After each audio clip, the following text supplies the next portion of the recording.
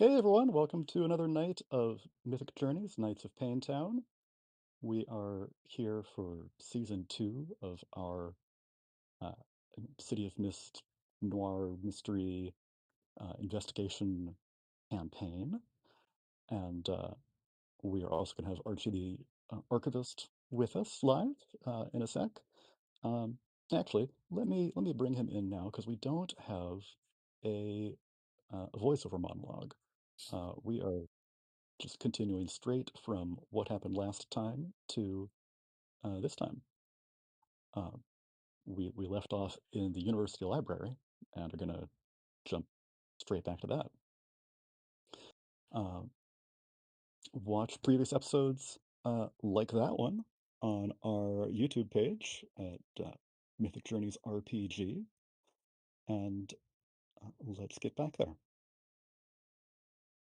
Archivist is now recording. Thank you, Archie. So we left off in the university library, and everyone was paying rapt attention to Dr. Spanos and Will Harris, as Will was staring deeply at the doctor and starting to put this candy with a capital C in her mouth.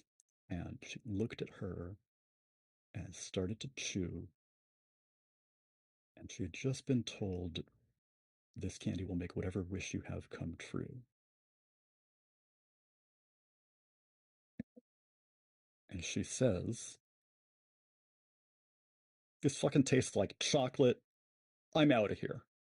And she gets up and pushes the chair away from the table and leaves. Deny them something you want is one of those hard moves I've been saving.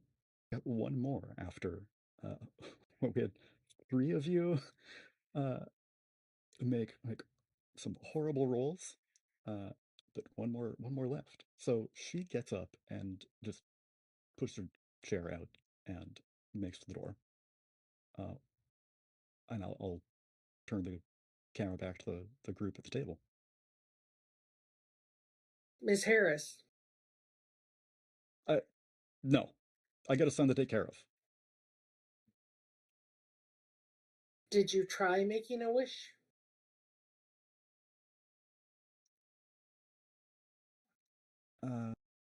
Give me a convince roll if you want to try to push your luck with that. Doop, doop, doop. Doopity. Oh, and thank you for logging me out, Forge. Again.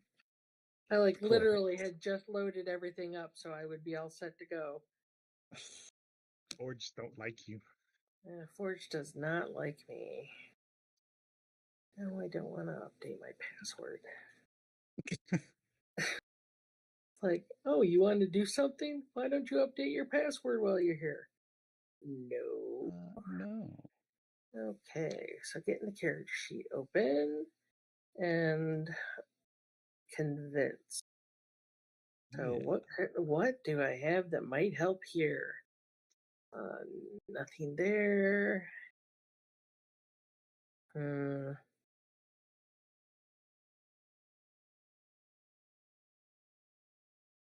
Negotiation, maybe? I'm going to put that one in. Yeah. You definitely are trying to. Well, I mean, do you have anything she would want? What's your leverage that there? piece of candy is what I had to convince her to stay. She's eaten it already. Yeah, but she didn't answer the question about whether or not she made a wish. I'll take negotiation off. I'm fine with that. Okay. I'm gonna roll.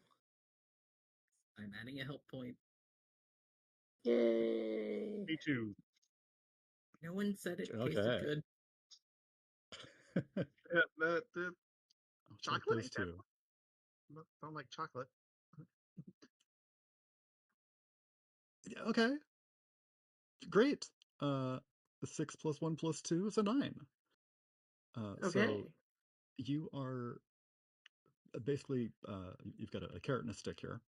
So she will either take the penalty of whatever status you want to throw at her, or she will, cave in and,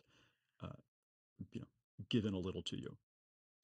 So what is the stick that you have for her? What status would she be taking if she doesn't turn around and talk with you more?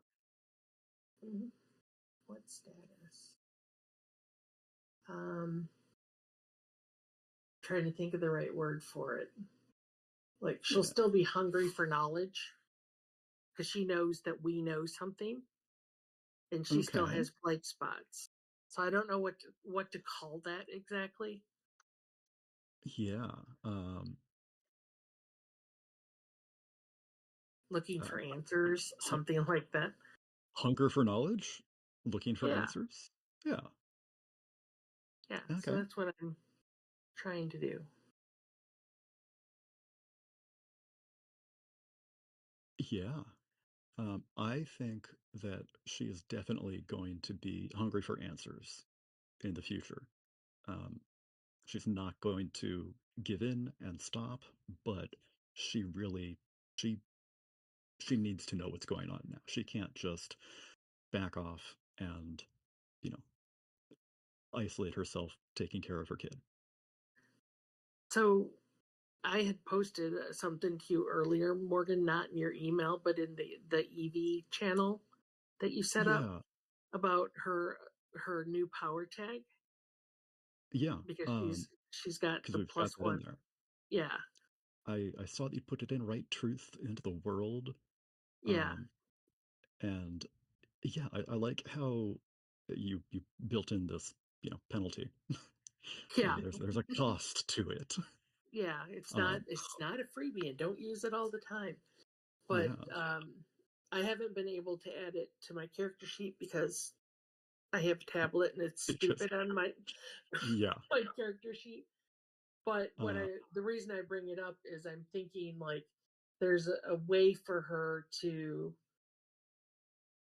get Will Harris to circle back, like not right now, but later, using that tag. Yeah, I like it. So, by like writing something in her appointment book, or something along that line. But yeah, Will Harris is just going to go because somebody basically kidnapped her and brought her here. I would go too. Manner of speaking, yeah. It would be hard to have that case stand up in court, but the candy did it, not a person. The candy did it. Yeah. Oh yeah. What was it the Twinkie defense? The Twinkie defense. The guy who said that he was out of his mind because he'd eaten too many Twinkies. I guess that's it. I mean, we got Canadian ho-hos. Maybe that's been Dr. Spanos's. She's got a drawer full of these Canadian ho-hos where everyone thinks she's got like beakers and lab notebooks. Just her stash of junk food. Oh, she's gonna cure the world through ho-hos, Canadian ho-hos. Okay. Well, I will. Let's just put that on a general tag here. So instead of unnamed tag, writes truths into the world.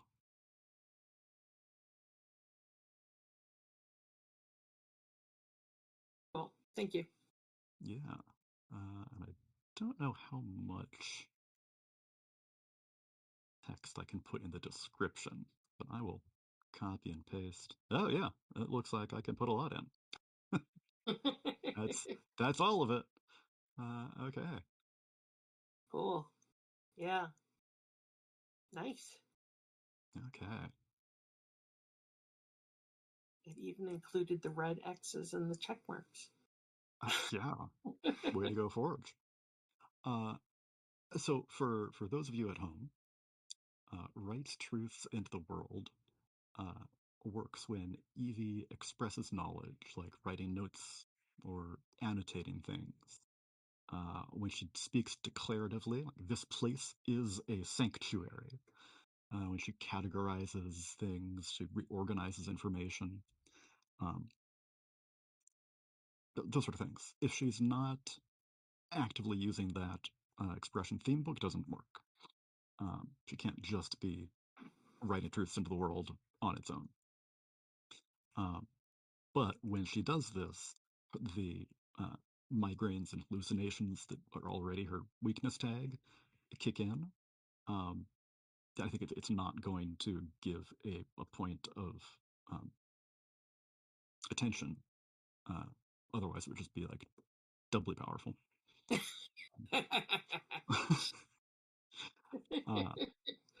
But so migraines intensify. She risks miswriting something important. So as she is actively putting this down, maybe it goes wrong. Maybe she puts something else. She writes someone else's name, or puts the wrong year as the talk about the 2025 instead of 2026. So small uses are safe.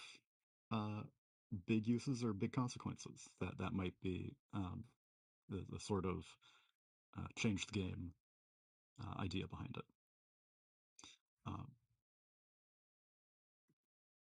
I like that the hallucinations can intensify too. That'll be fun. Yes. Good. I like it. Okay. I will also give you the status for Will Harris there. I don't have a character sheet for her. Will Harris, and what do we call that? Seeks knowledge or wants knowledge. Yeah, thirsty for knowledge. I like that better.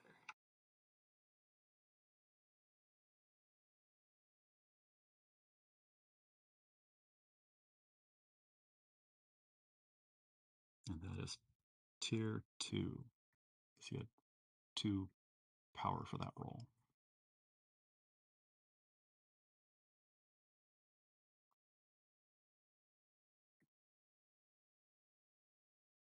Okay, so she leaves the library, and you see her head cock after you ask her to stay because you've got this extra knowledge about what's going on.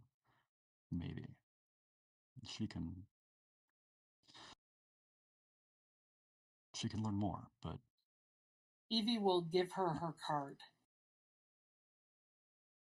Okay, you can just slip like that. slip it into her hand. You slip that to her with the candy because she's like bolting out of the library right now. Yeah. But yeah, you just slide that over with the candy when you gave that to her. Great. What are the other 3 of you doing?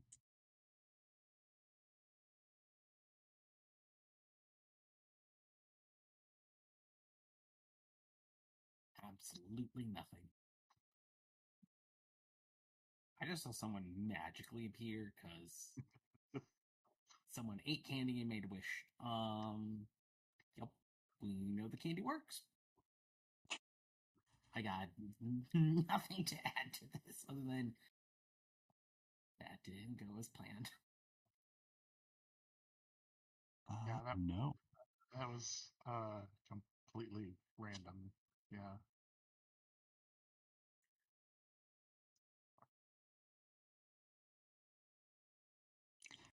Dr. Spanos?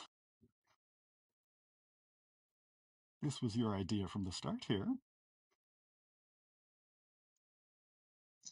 I don't have good rolls. My first roll's only 4. So no, but just how are you reacting to what's just happened? Will is mad at you. She's got Evie's card and she's leaving. She told you some stuff, but I'm just kind of shirking into the corner with Anthemos around me. I find it in my head, she's just another patient to put inside my notebook now. It's curious that she thinks that I'm responsible for wishing her here, but she doesn't want to try wishing now with the candy she just ate. So we're going to see her again, I'm assuming.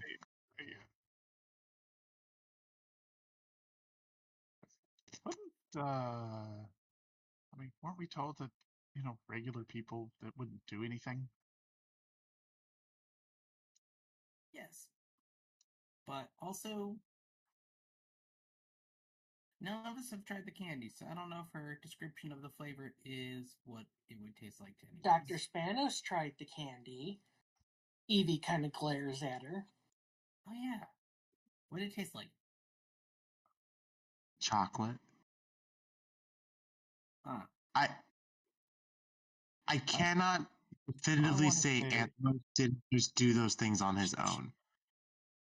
He did it immediately after. There's definitely a correlation there, but maybe not effect. And I don't know if I specifically said that it tasted like chocolate when you had it. If let's retcon that and say that it tasted like peppermint.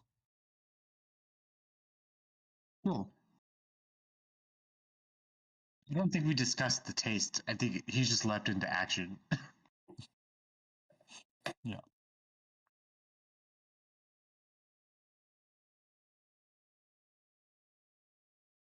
So Will leaves and starts heading down the stairs. You can see her reflection in one of the safety mirrors in the corner, and see her head downstairs. She says something to one of the people at the desk. Stops, and then you see her leave the library and head out. Trying to figure out where she is. Because she just appeared somewhere in this random room.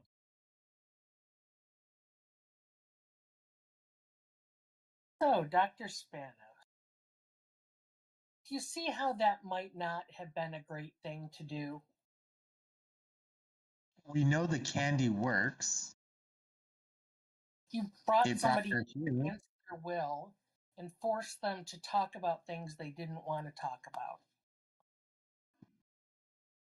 I still think we gained valuable knowledge. I think we did harm to Will Harris. That is not acceptable. She seems to trust you. Because I'm not the one who wished her into the cornfield. I kind of expected you guys to handle that part. Can we all agree not to do impulsive uses of the candy? I still don't think this stuff is. I mean, sure, it grants wishes, but we still don't know if side effects. I mean, who's to say we don't end up just like that? I've had 2 pieces of candy so far, and I feel perfectly fine.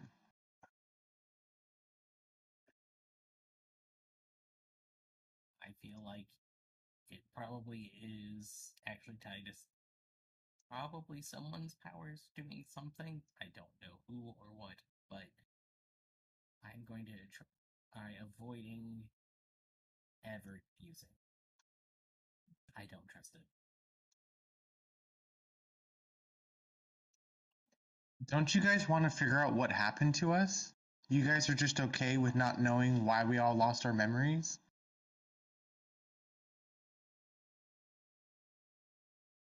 Why didn't you wish to have your memory back? Well, I thought wishing to try to help solve the case was a little more prudent. Maybe the snake wish was a waste. Now, in retrospect. But I didn't think it would work when I first took it. I wish small and simple. I know I've read about genies. Wait a minute. You gave a piece of candy to your snake? No, I ate a piece of candy. Wait, did I give it to the snake? No, you ate it and wished for. I ate it. I ate a piece in my lab and wished for Anthemos to be the best rat in the lab, and he performed quite diligently. I thought wishing small would. I was given them for research. These are research purposes. Wait, did Anthemos turn into a rat? Small? And I wish something big now. Now that we know that there's no, I mean, so far there's not a limit on what I was wishing for. She didn't show up, rearranged. Which is very disfigured, good. We're appearing in the lucky middle of about the that. table. Yeah, we could have got a pile of Will Harris. I think we came out pretty good so far.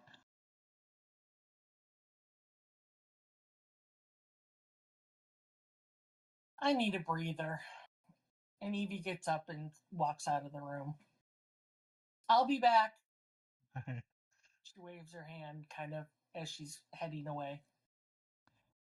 I need to know about Evie's plan for this. Are you heading into the stacks with more books, or going into one of the other carols, or going downstairs? She's going to go into one of the other carols because she needs to organize her thoughts. Okay. She can't do it in that room of people. Yeah. She's That's used to an her important quiet library piece for and me to having know. her life all worked out. And she's not happy that they traumatized Will. So, and that she played a part in that. So she just needs a little bit of time to square her head, and then she'll be back.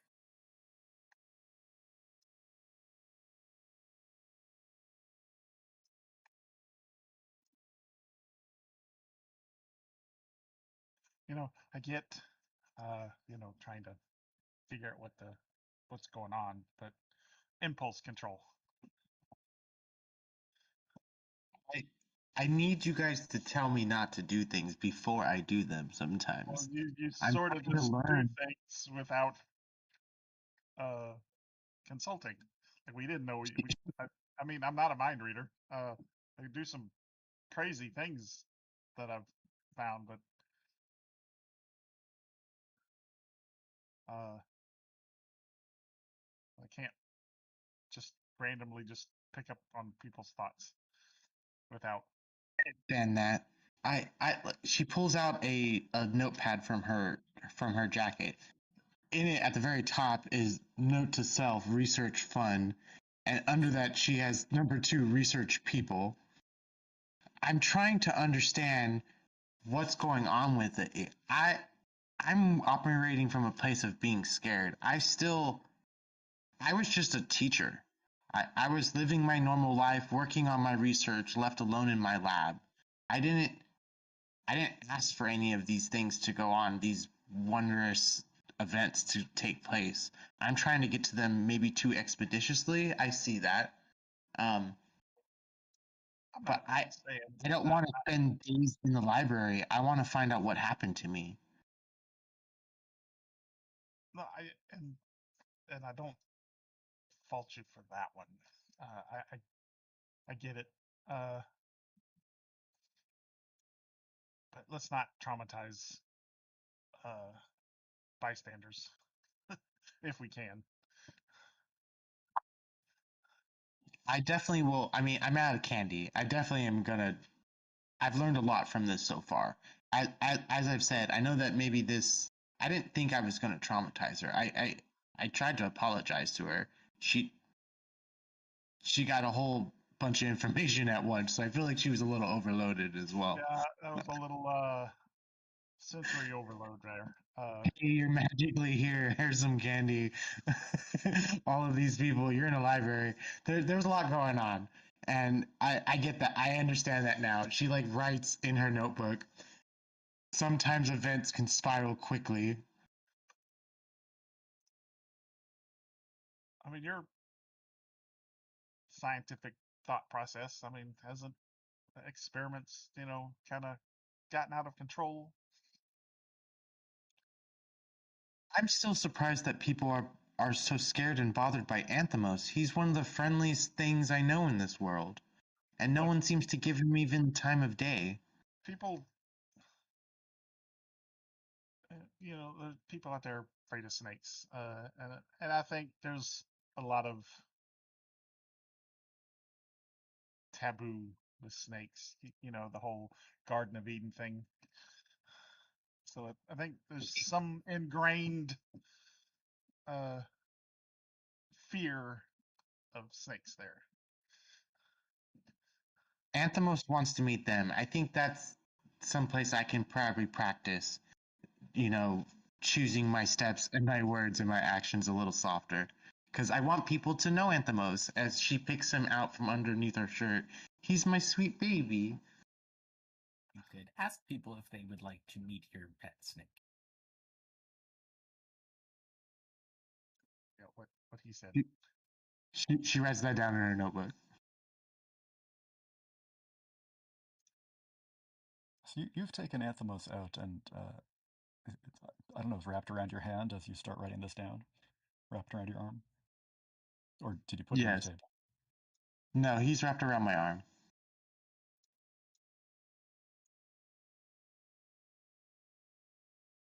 Evie only stays gone for about 15 minutes. Oh, sorry, didn't mean to talk over you. Oh no, that's fine. I was just saying he watches me as I write, like watches my hand. And Morgan, she only stays gone for like 15 minutes, and then she heads back. Yeah, I think that sounds like a good place to bring her back in. You move from one carrel to this, and they have like glass paneled walls and a door. You see everyone in there, and Anthemos just in the center of the table now, just patiently watching Dr. Spanos write. Aiden's chair is just slightly pushed back a little more from the table. So I'm pretty sure the library is a snake-free zone, so if you're going to bring Anthemos in here, you might want to keep him hidden.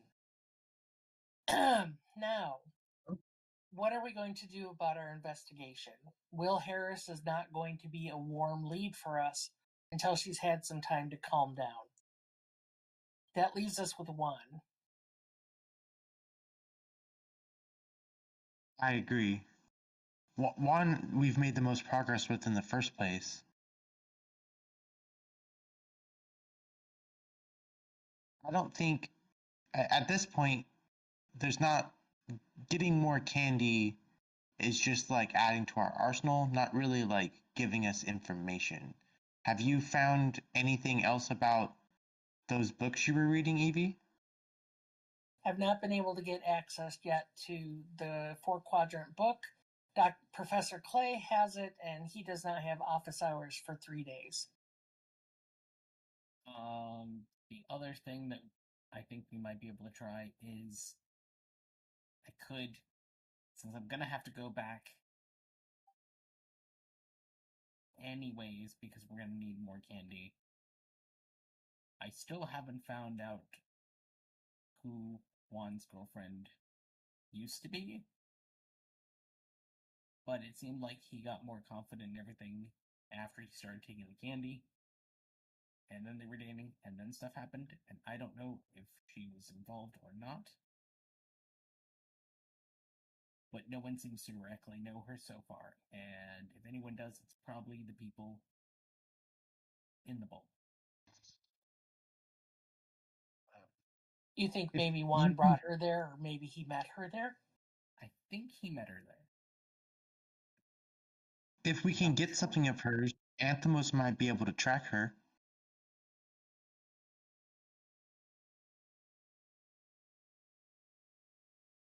If we could find something of hers, we would probably find her. We'd have no way of knowing if it was something that belonged to her. Unless Juan handed it to us. Yeah, well, that's what I was thinking. Juan might have something of hers. His broken heart. No. I mean, he owns that now.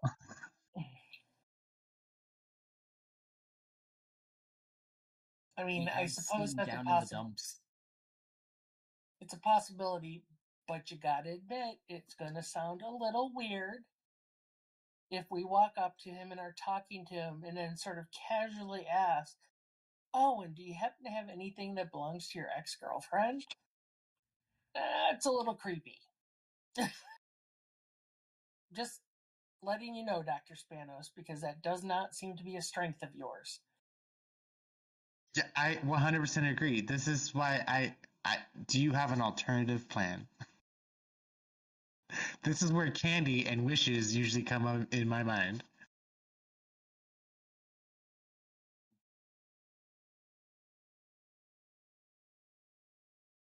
Well, I think at this point we are now officially out of candy. So the idea of asking J-Dog if he would be willing to take a dose is off the table. Also, has anybody seen J-Dog in a while? Not recently, but also we could also find out if Juan remembers his previous girlfriend. Not Yeah, I thought that was the case that he didn't remember her. But I'm only getting second. I've only met Juan once. Most of this is through our text messages. Do you remember him remembering his girlfriend? I know that's a complicated sentence. I've heard his friends talk about him and her. I haven't talked to him directly about it. What about that friend of his from the pool? I mean, he remembers her. Maybe he knows who she is. He didn't know her name and only really knew that they had met at some sort of club. I found the club.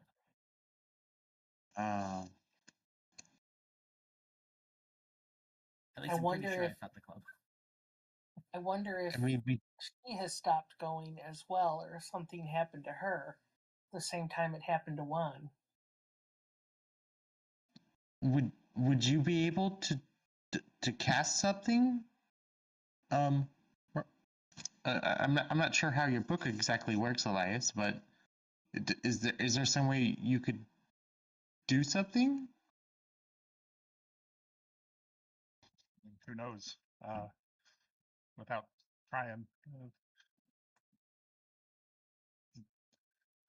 You say without crime? I said without trying. Oh, okay. I'm still trying to figure this thing out. Do you want to? We just need to pick her out of a crowd, almost. So do we maybe want to not try in the middle of the library in case something goes sideways? Yes, please. Just makes a hand motion of like flame exploding. It's like whoosh.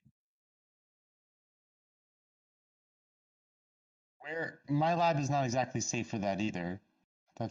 I don't own most of that equipment. I recommend not in a building. How about the football field? Maybe something more secluded? Well, there's usually a clubhouse or a press box or something. I mean, it doesn't have to be out in the middle of the football field, but at night it's going to be deserted. How about the Arboretum nearby? I guess that works. It's just across campus. I mean, Elias, would you be comfortable with that? Or is it something you think you need to do on your own? Oh, I mean, it's worth a shot. Yeah, I agreed. Definitely not in the middle of the library or anywhere with people or volatile substances. To the park.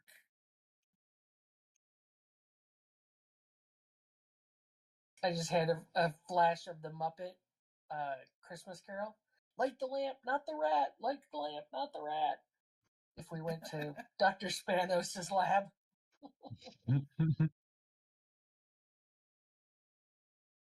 Okay, so the Arboretum. Let's go. Or do you need time to research, Elias? I don't think I need to really research. It's sort of, I try to do what I'm thinking and see if it works. Okay. Is there a way for us to help?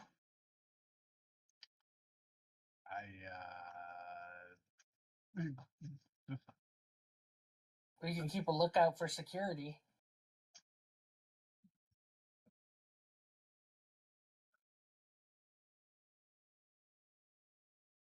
at the very least. Yeah. Though I have to admit, I would be curious to watch.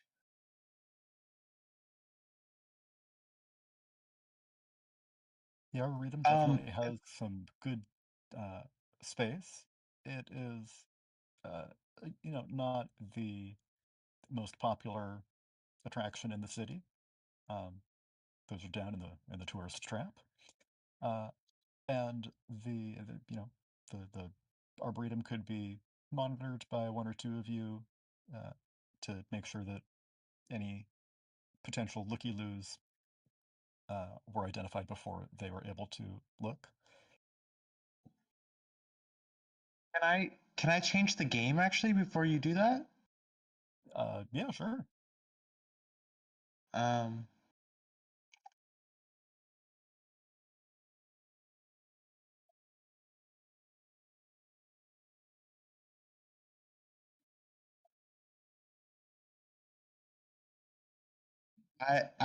So I figured I can create fog. It's just a chemical reaction. So I'm gonna mix something in my cup to make overflowing fog in the area. Sure. When you get to the Arboretum? Yeah. Yeah, okay. I thought you were doing some preparation here at the library still. Oh, no.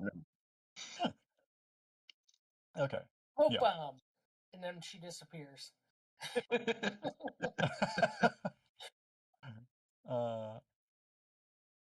Let's see. Your head whack is still there. And I think actually, I don't think that one. Maybe the Front to the Gods. The head whack, you're still hurting. It's hard to think straight. But the affront to the gods, yeah. Respectful reluctance is like where I think problems are too small for me, so I don't help. I'm like too focused on really important, bigger problems.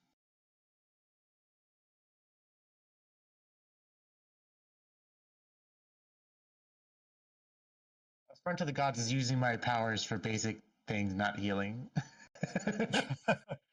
Yeah. What are you talking about? You want some like water, like smoke? Ooh, nice. Good thing you had those pluses. Okay, so you can create a story tag, and one of the options for it is to increase the area or have it affect more people. But it's only if you get a 10 or more. So this is going to be, a sort of a fog cloud that is able to just center itself around Elias and what he's doing.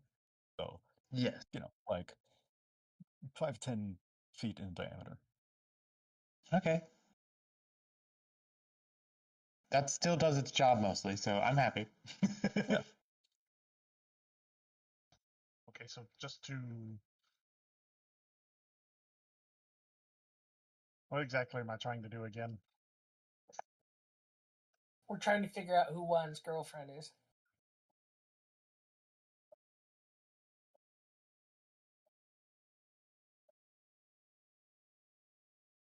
We don't really know how your book works. I don't know if you need components. I definitely can acquire them easily. Here in the Arboretum, it's abundant. So, what do you need to? So far, I haven't had components. Maybe it would work better if I started trying to figure that out. I'm gonna be on the outside keeping an eye on things. And if it did require components, like what components would that take? Well, if we're trying to determine who this person is, what spells have you tried previously?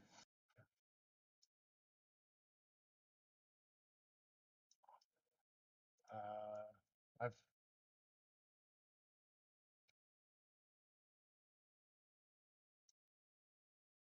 What about something like remote viewing? So Yeah. looking into a pool of water and looking for her reflection, or Edie's just thinking of like D&D and schlock, romance novels type stuff she's read. So my D&D brain is going, well, it's a scrying spell. Yeah. Go for it. Yeah. But a lot of that you have to be familiar with the thing or the person. Fortunately, it's not D&D. You can give yourself a vision of her. Yeah, that might work. Like Cerebro. Cerebro. All right. Well, I mean, it's worth a shot, right? I mean, you don't know unless you try. Big bucks, no whammies. Big bucks, no whammies. Big bucks, no whammies.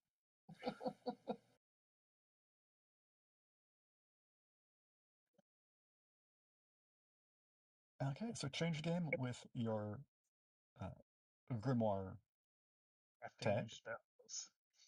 Yeah. This goes swimmingly for me. Oh, cool. 9. Good.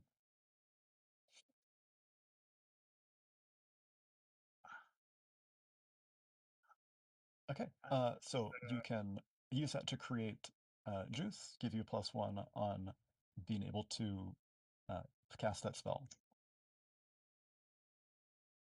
Right. Let's see. So yeah, we're gonna try to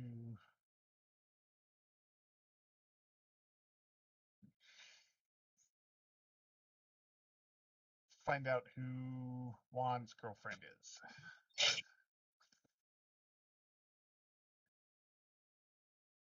So just as some flashy magic stuff,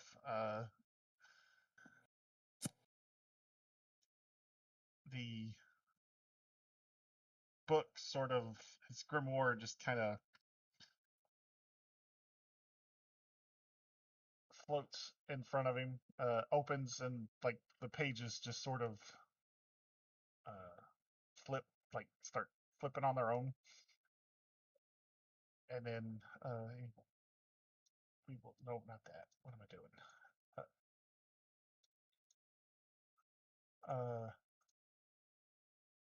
And basically with a glowing spell circle sort of draws itself beneath him, like on the ground, like and it's rotating. Ooh. And then some spell casting.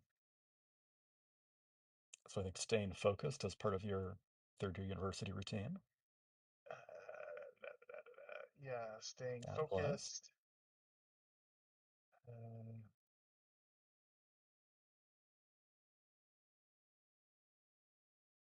This isn't a physical enhancement. Nope. But that, that, I think those are those are it there.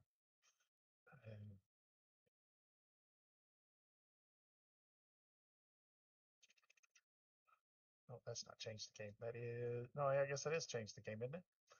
Or is it investigate? Investigate.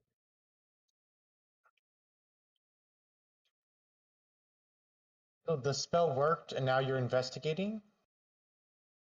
Yeah, so I don't know if you remember how Ari was using her coin flip ability, because it's just so broad to be lucky, to be able to cast any spell you want. You have to change the game first to see if you can actively activate that, and then you can use that +1 bonus to whatever you're trying to do with it. So in this case, he's trying to use a spell, some sort of magic to, get information about someone, which would be Even though she's not here. Even though she's not here. Yep, Okay. it's a investigation of some kind. I mean, I think that's how I was intending to use I think that's how I was intending to use my potion making originally. Okay, yeah.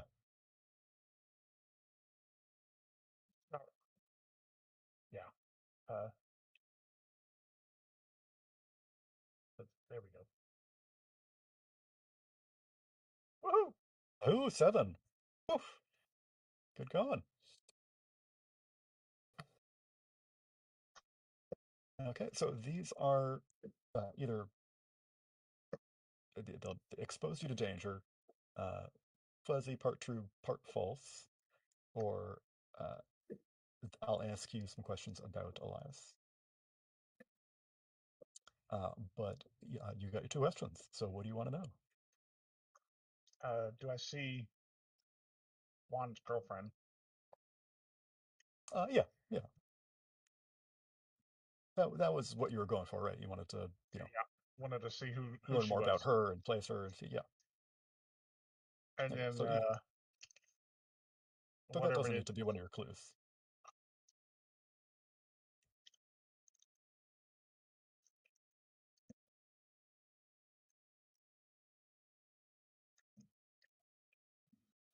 Anybody got So any he knows idea? for free? I mean, he sees who she is. That's free. Okay. What do you want to know about the situation?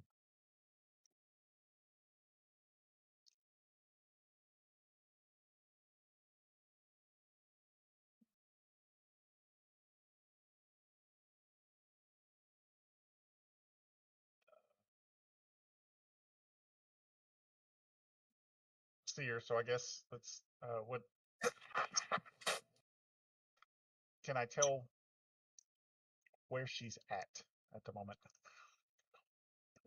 Yeah, totally. And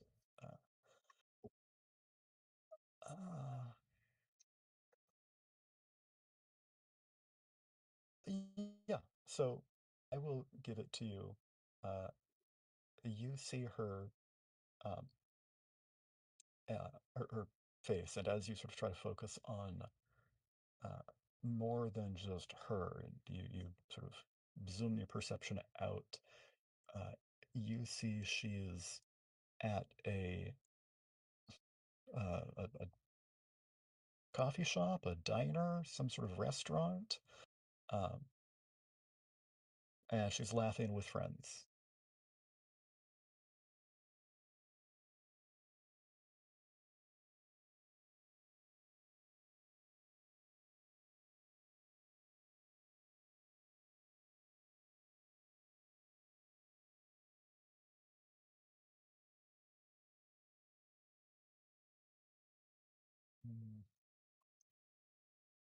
Can anyone else see what you see? He is in this protective foggy bubble.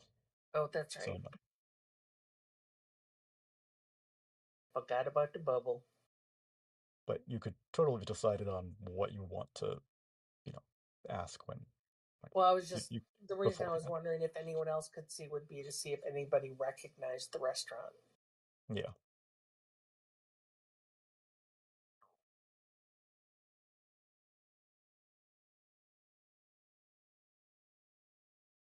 Any distinctive since we're trying to find this person in the restaurant, are there any distinctive things inside that would possibly stand out for anybody that might know where this place is?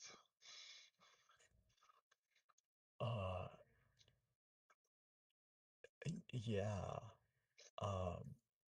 And I just had an interesting idea. With that. No, okay, never mind. Home of the man burger, isn't it? It's the.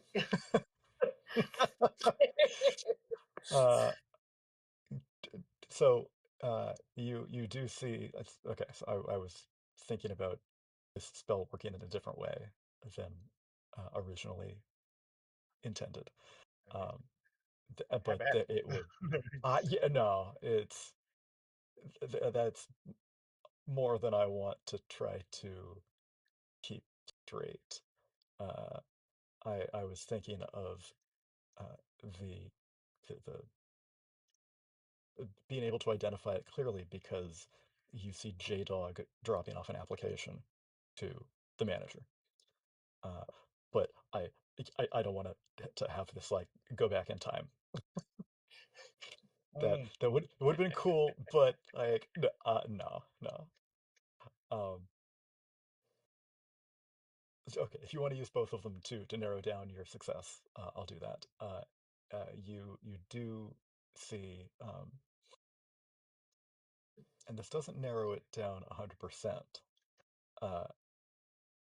but you see, who you recognize as the Snatcher, this 7-foot tall guy in a bloody butcher's apron, um, uh, hefting a large bag, not human shaped, but the quantity of a human cut into small parts, um, over his shoulder, and uh,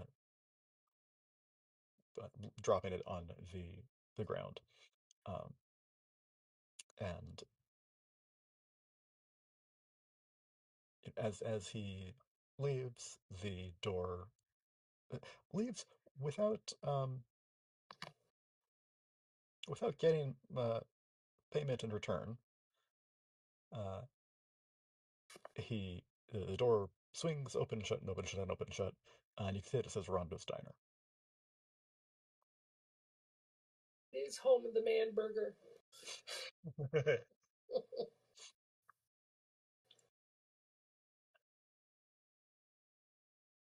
For the players at the table, you may remember that the Snatcher takes most of his payment, not in the form of money, but the bodies themselves. So the fact that he's dropping off what looks like most of the body is sort of odd. Either got some other sort of compensation, or there were more people than just this. But Elias can identify Rondo's Diner, and the girlfriend is in one of the booths, at the front counter, right up next to the kitchen counter.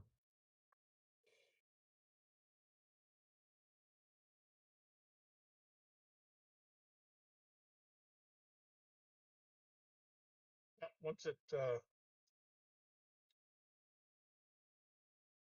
identifies all of that, the basically the spell ends and the book shuts itself, and then he has to catch it before it just falls to the ground. Excellent. So the pages flip, they've stayed open, and suddenly it snaps closed, and it seems to be, affected by gravity in a different direction than it typically goes, and you're able to snatch it out of the air. And as you do, uh, the bowl of smoky mist starts to dissipate as well. Any luck? Yeah, and then he'll explain what he saw, and basically the diner.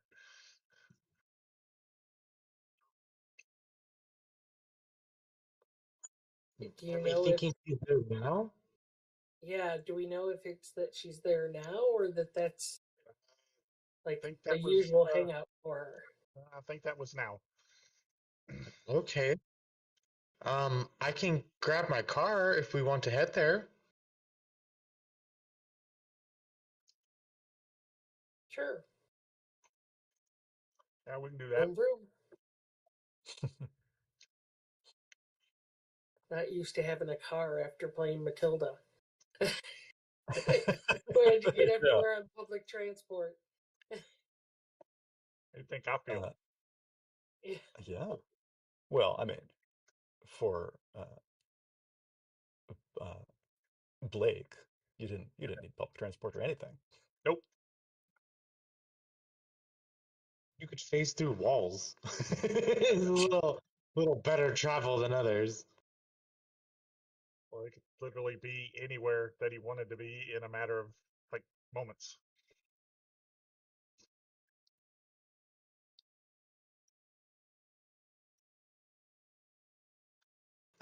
So yeah, I'll go grab my bends and roll up to the arboretum. That's a heck of a sentence. I'm gonna go grab my bins.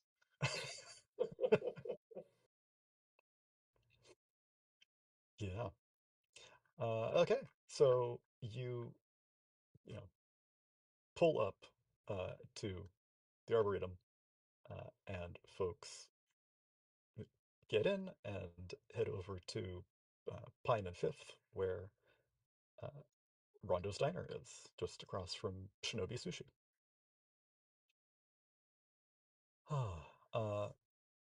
The lamppost outside Rondo's Diner is a little bent, but the diner inside is just as crowded and dingy as you've seen before. New players have seen before.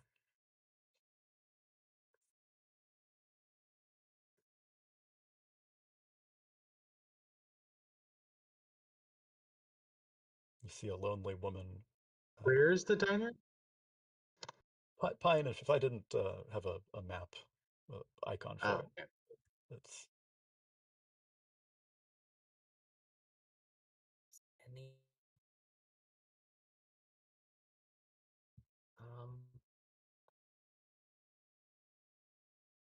with describing. I'm gonna go sit quietly in the back. You guys handle this, okay? I don't think she wants to meet a snake. Did anyone catch her name in the scrying? His friend didn't know her name? No.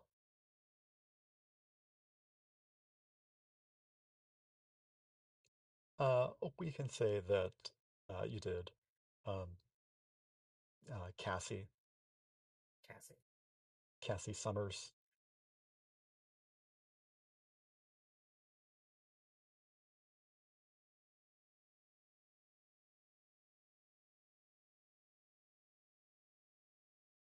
So she's with a group of people? So yeah, you go in.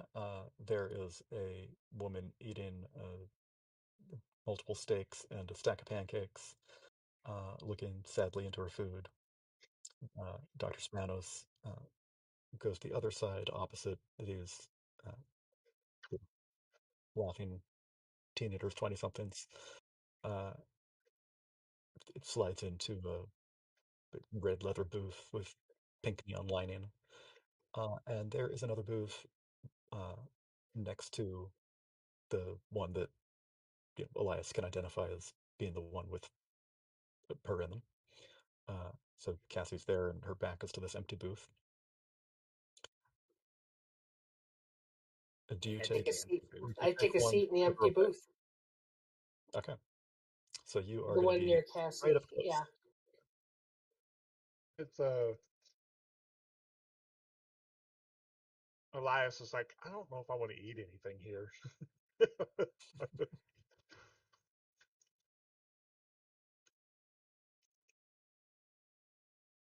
Why? Yeah. And I don't know. That the butcher that I saw just kind of it describes what he saw, like under his breath, like where they can just hear him at the table. Okay. Gonna look at the menu and find non-meat options. Like maybe pancakes or coffee. Coffee's probably safe. Toast would be safe.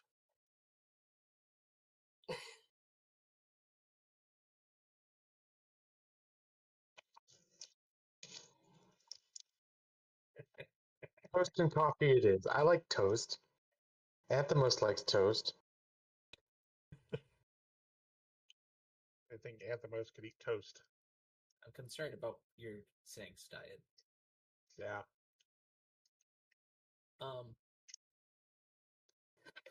You mean toast is not a flavor snakes naturally crave?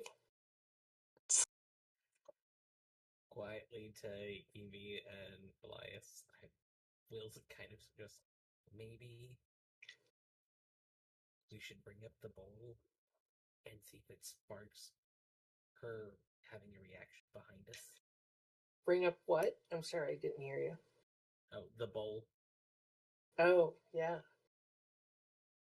Because if she remembers it, or she knows it, then that tells us something.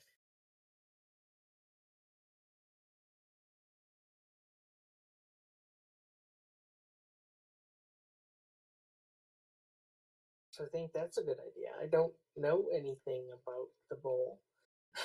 So, Aiden will just be start whatever conversation about going through classes and everything else, and then, oh yeah, we're eating here, and then really think we should go to the bowl after this, go spend some time and relax, because we're gonna have, it's almost weekend, and we might as well take some time to enjoy ourselves.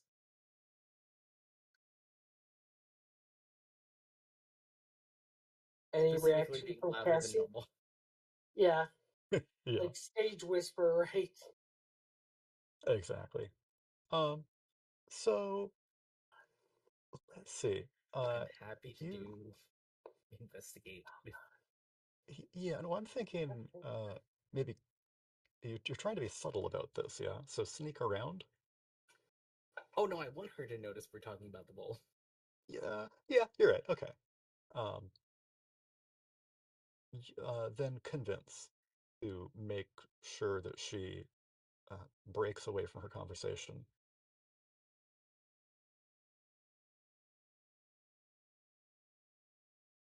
subtly rather than.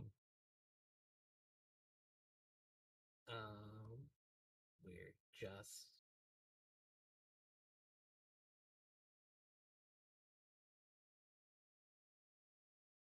nope. What would J Dog do is not gonna help me here. We're just gonna go with looks harmless. He might do something that is counterproductive. So if she gives that look, she's like, that one. 8. Okay. Great. So I, won't have you ask. I won't ask you for a status. I'm going to say she does um, excuse herself from her friends to get up and go to the bathroom. So all the girls at the table get up, and she's like, no, it's okay. And she walks past you and makes sure that they go back to their talking with each other, and then slips into the booth next to you. Next to you in your booth. You're going to the bowl? Oh yeah. We just started going recently. Have you been there? The bouncer's a pretty tough one. I'm surprised you got in. Oh yeah, she's really nice though. Yeah. I didn't say it's a woman. That's surprising that you identified that. It's not the most striking part about her, I suppose, though. Oh, I mean, no, but you kind of sorry, you see Elias off to the side, kind of just one of those subconscious, like rubbing his forehead, like thinking about the horn.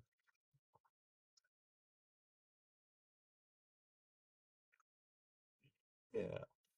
She gives you a sideways glance and a knowing nod, Elias.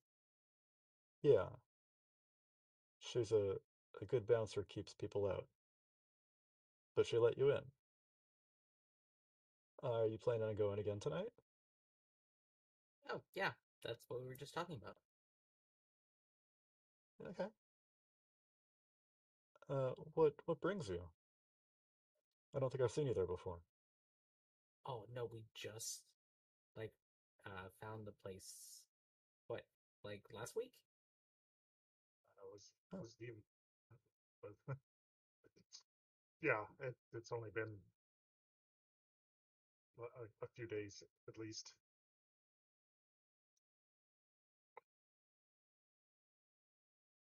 Interesting. Yeah, it's a great experience. And she looks over at you, Evie. What'd you think about it? You don't seem the kind to attend something like that. I actually have not been yet. I thought the scene might be a little young for me. Oh no, they they have all sorts who attend. I mean, age is not really a factor.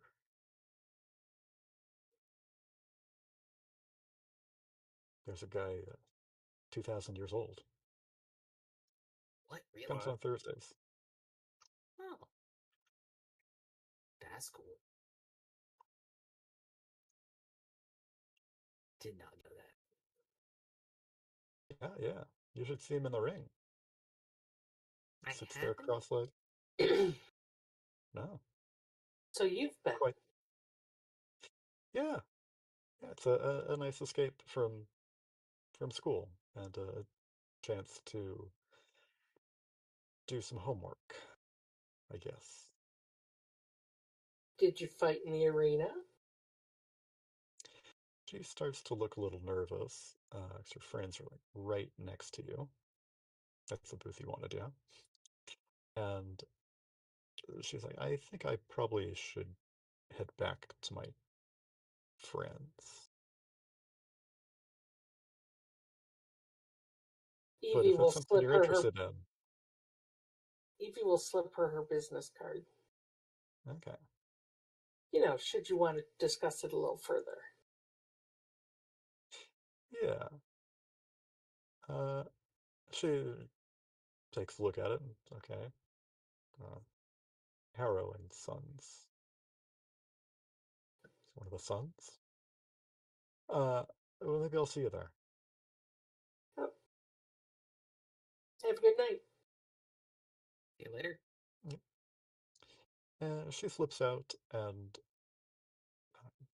right back into the booth next to her friends. And they just pick up where they left off, and she weaves herself into the conversation deftly. We'll go back to just talking about some stuff, and then quietly at some point we'll be like, we have to tell her later not to eat meat here. We have to tell her about what? I'm sorry, I couldn't hear you, Jacob. Not to eat meat here. Oh. It just feels like a thing that once we know, we should tell the people that we actually encounter and even remotely think you might be a person we like. Don't do this. Can we You are go very lucky. Looks harmless. They are drinking water and having salads, and absolutely nothing is meat or meat byproduct related. Oh, maybe they already know. People would easily be convinced that they were just vegan.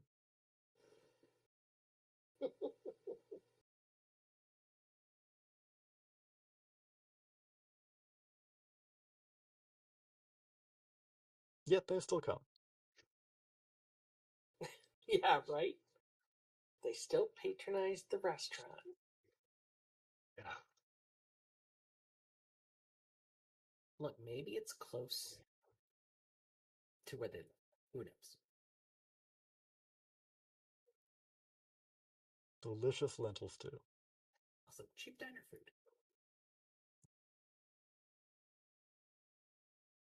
I mean, is anything really safe? Because how many people actually use, like, cooking fats for stuff?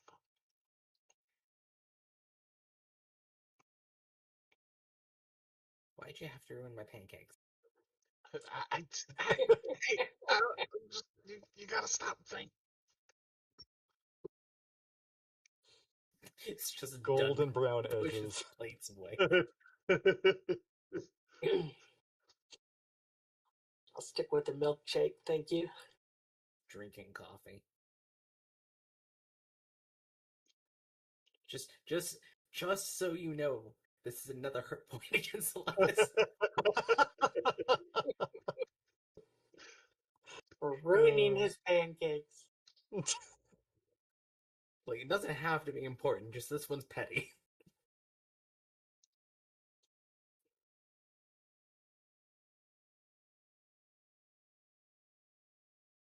So I guess the question is, do you head back to the bowl tonight? And think that maybe you'll cross paths with Cassie? Yes. And even if I don't, you all need more candy, and I might meet someone that's 2,000 years old. I'd be very curious about that. 2,000 years. Just think of the stuff he's seen. Or they. She, he, they. I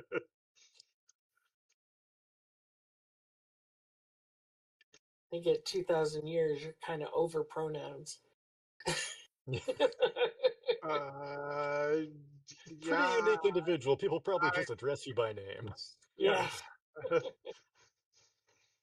Your own name has probably fallen out of knowledge, One who continues a to millennia exist. ago.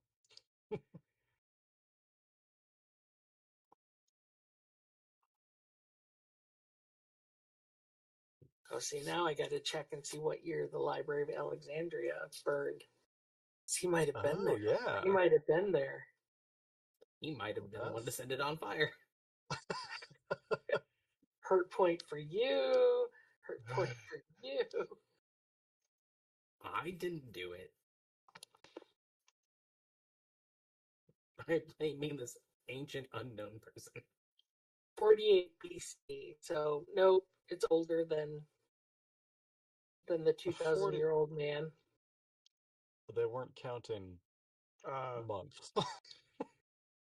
48. That could also just be an approximate. He could be rounding error. Yeah, true. It could be over 2,000. We're just rounding to the nearest 100. We're just rounding to the nearest millennium. Yeah. I love it.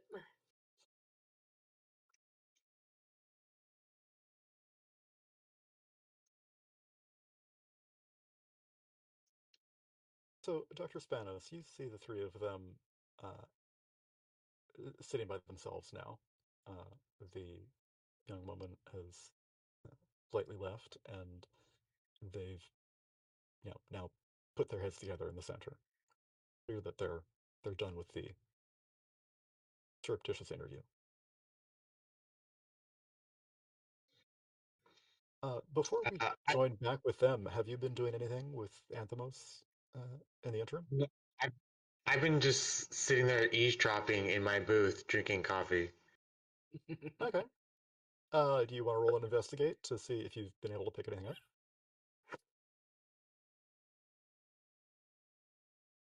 You'll have a penalty. The place is loud, so there's a chatter tag against you. Well, now that you said that, no, thank you.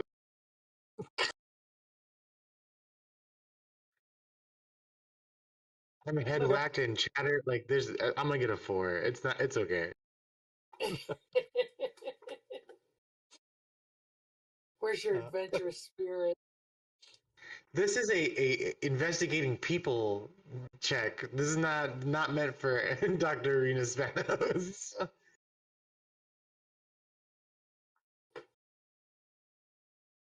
Fair enough.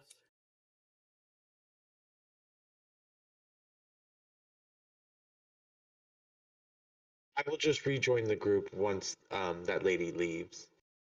Cassie or Cassidy? Cassie. Cassie. Okay. Ooh, maybe she's Cassandra. Did you guys learn any useful information from her? She's been to the bowl. She's probably going again later. Oh, and there's somebody there that is apparently 2,000 years old. So that means she has powers like us? She's been to the bowl. That would one would infer, yes.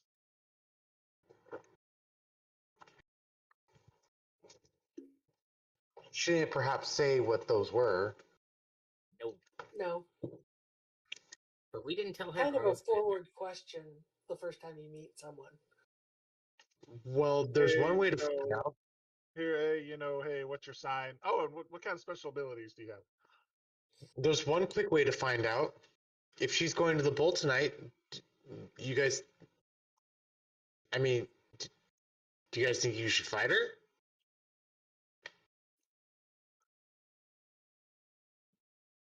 I'm not much of a fighter.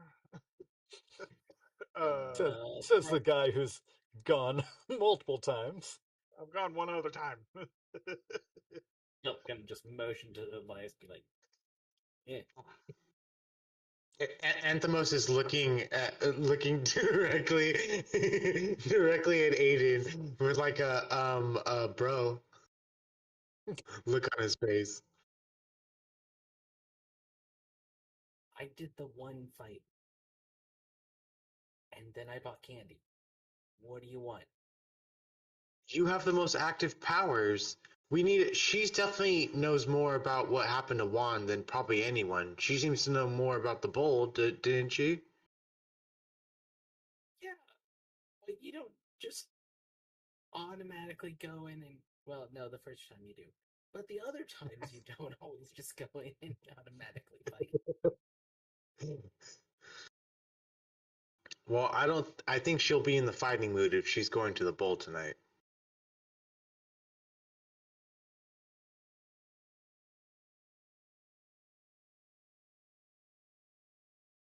Well, it depends on who arranges those fights.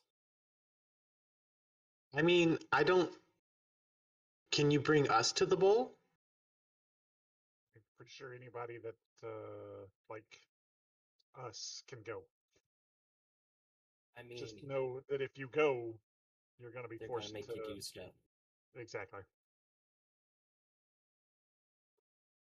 I couldn't. Which, honestly, I don't even know if you really have to fight so much as like put on a show.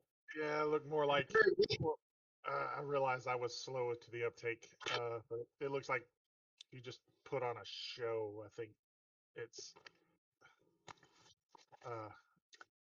that seems to be the. You could do that. If she wouldn't kill me, right? Making again. Cassie wouldn't kill me in the ring. Like I could just. Well, like I said, the ringmaster, that whatever his name was, just sort of like when you leave the bowl, everything sort of just fixes itself, including yourself. Oh. Okay. I mean, are you saying it's mostly safe? Well, I'm sure there are inherent risks. I mean, how did your match go?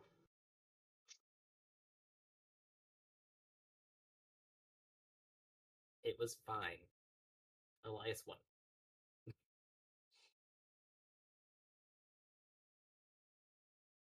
Well, I say let's go to. I'm willing to go to the bowl tonight. I think I have some outfits for me and Anthemos that I could put on for just the occasion.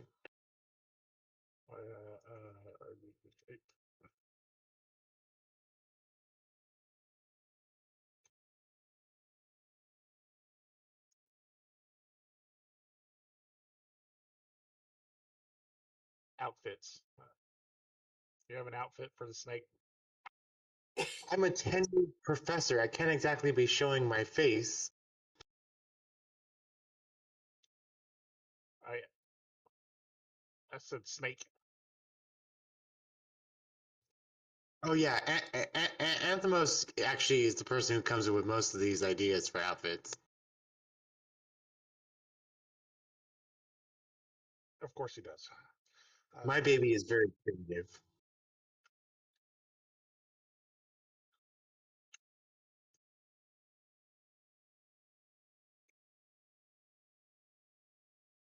I don't know that I'm quite ready to go to the bowl.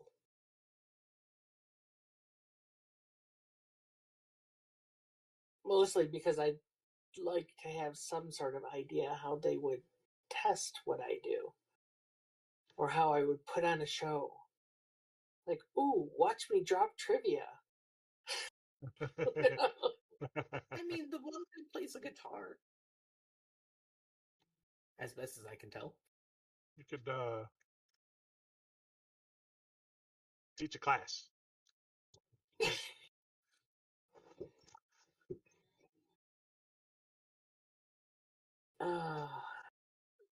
Yeah, I don't know how that would really work. Yeah, I think I'm going to wait to go. I'd love to know how it's going to go when Dr. Spanos goes. So I very much look forward to the report. She says in a very stilted kind of way. I'm going to have to prepare beforehand, but I'm definitely there to take notes. I will definitely give you a report afterwards. I'm curious what other users are there, or if there's candy usage at the bowl. If I'm not in it, I will try and take pictures to just be like, well, this is what's or at the very least, I will send messages to the magical group chat to update Evie of like, well, this is what's happening to Dr. Spanos.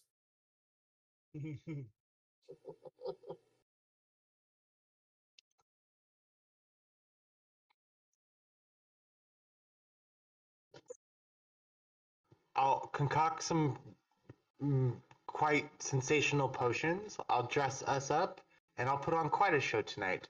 But that means that I need you guys, if I'm not facing against Cassie, we need to find her there when we go. Alright, Elias, nose goes, you gotta be in the ring with Dr. Spanos. Nose goes, and she puts her finger on her nose. Oh, no, you have to be in it. Because it's your first time. Oh, okay.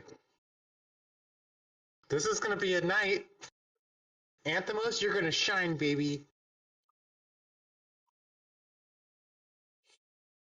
Could possibly go wrong. Yes. Hard move, hard move, hard move.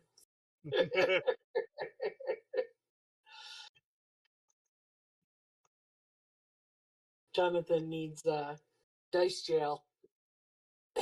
Yeah.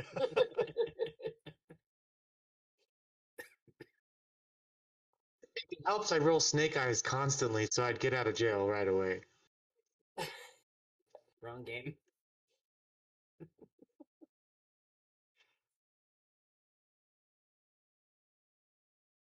I need to step away for a second, but I'll be right back.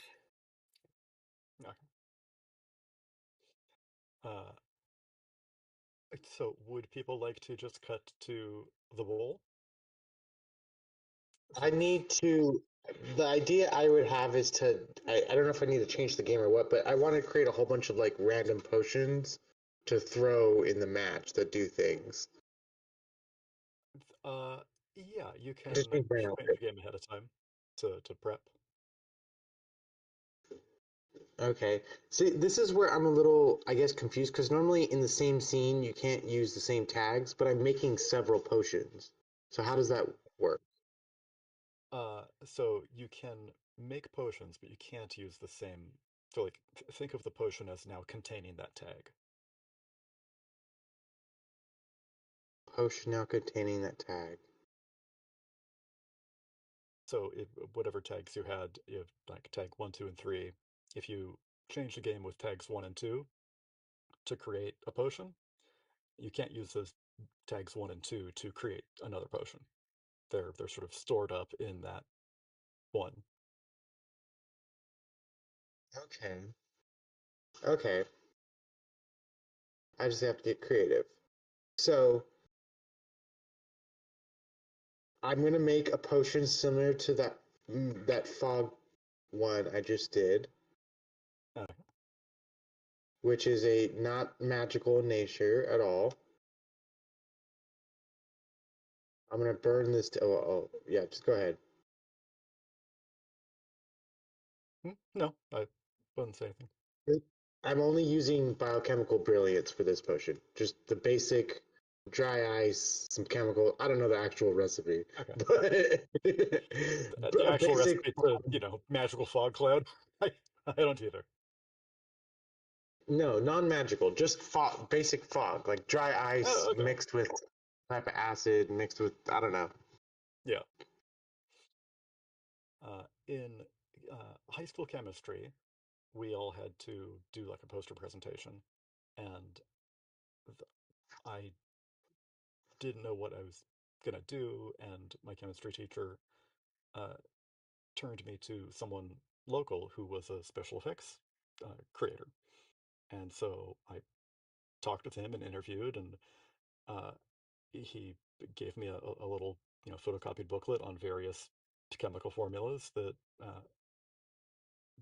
would create like smoke and stuff.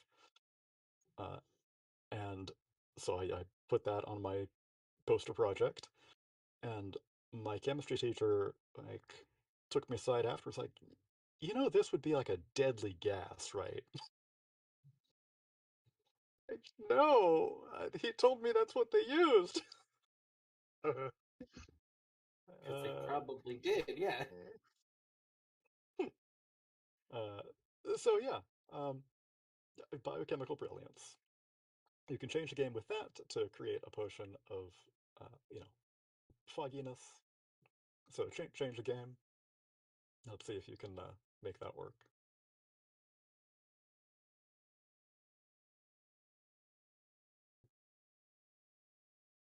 No.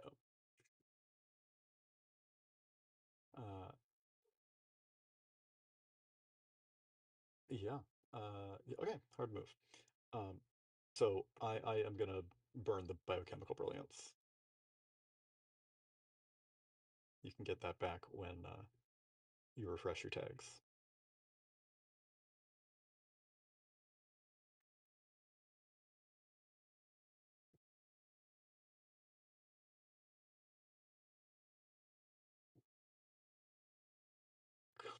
Clean credit?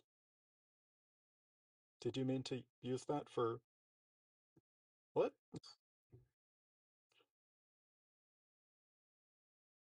Sorry, I didn't realize I was muted. To buy fireworks. Oh, yeah, sure, okay.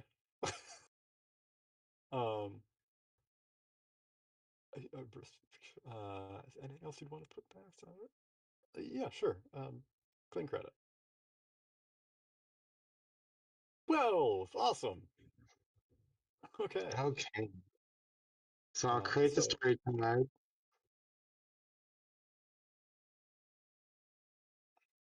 And yeah, scale it up, or like, yeah, that's probably scale it up. Scale it up. Effect. I'll scale it up. Okay. Okay. So you got a So little potion of fireworks. Were you creating fireworks themselves, or a potion of fireworks? no, I was buying I guess I can buy an explosive potion. I was thinking of just buying straight up fireworks. Okay. I Yeah, think that's no, what that's I was totally reading. good. Yeah. Okay. We'll go again. This is going to be a fresh formula. So this is going to be slightly more magical in nature. I want a potion that's going to enlarge Anthemos.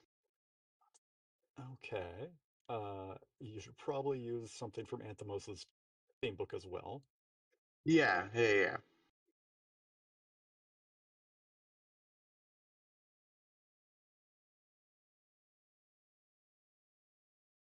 And I think I'm going to add the Shed My Skin Sorry here. Okay. A +1's still pretty good. Actually, this is kind of my main. I'm going to burn fresh formula. Okay. This is a good attacking potion. So I'll create the story tag. I'll scale up the effect, and I'll prolong the effect. Okay, and then for my last one is just drink thy cup. It's a potion to make myself like on fire, but not be in pain from it, like the Human Torch. Yeah. Okay. So let's get you those. Oh, that should definitely have a front of the hats on. So exchange a game for clean credit. You got fireworks for fresh Potion of formula. enlargement.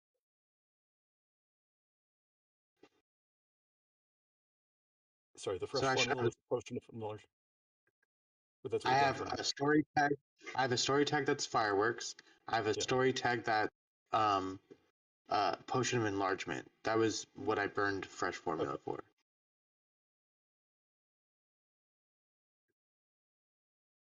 This is a potion to set myself on fire.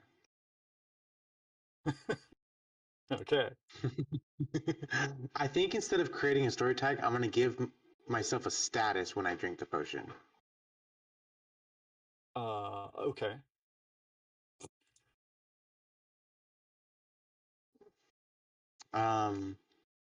That will make up the status when I drink the potion. Okay. Yeah, that's all my arsenal, and then Anthemos. I do have one more tag I can do, but it's more like in the heat of battle that I could use it. So it's the cup overfloweth theme tag. It's basically I swish whatever's in my mallet and throw it on a person. Okay. Nice. So you got a couple of. The game to make an outfit. I want to obscure my face and put the top hat and monocle on Anthemos.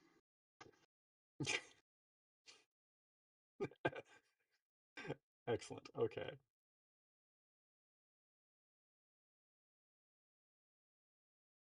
And that potion of enlargement is times 3. So prolonged and scaled up. Okay.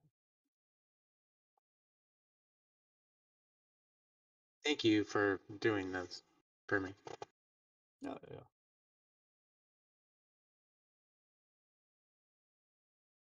Scaled up and prolonged.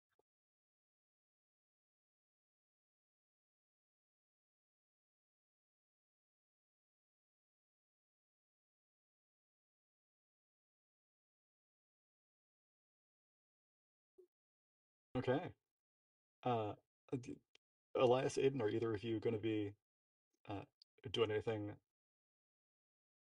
beforehand? I have nothing for prepping. Okay.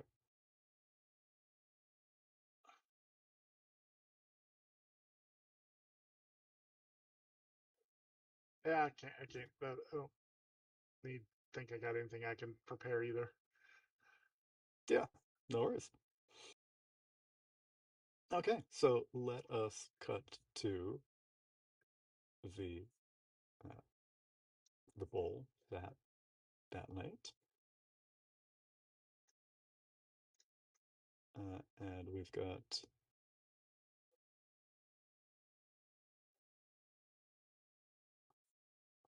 all of you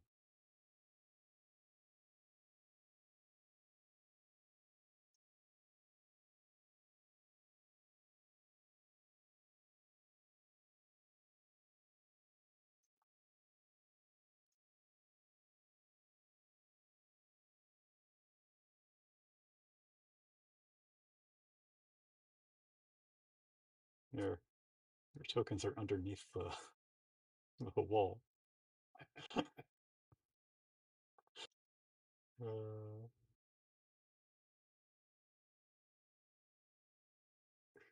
we would have send that to the back or something.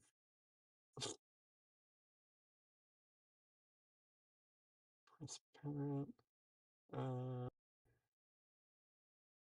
Tooltip placement? Nah, I don't know. You're going inside it anyway. That's totally intentional.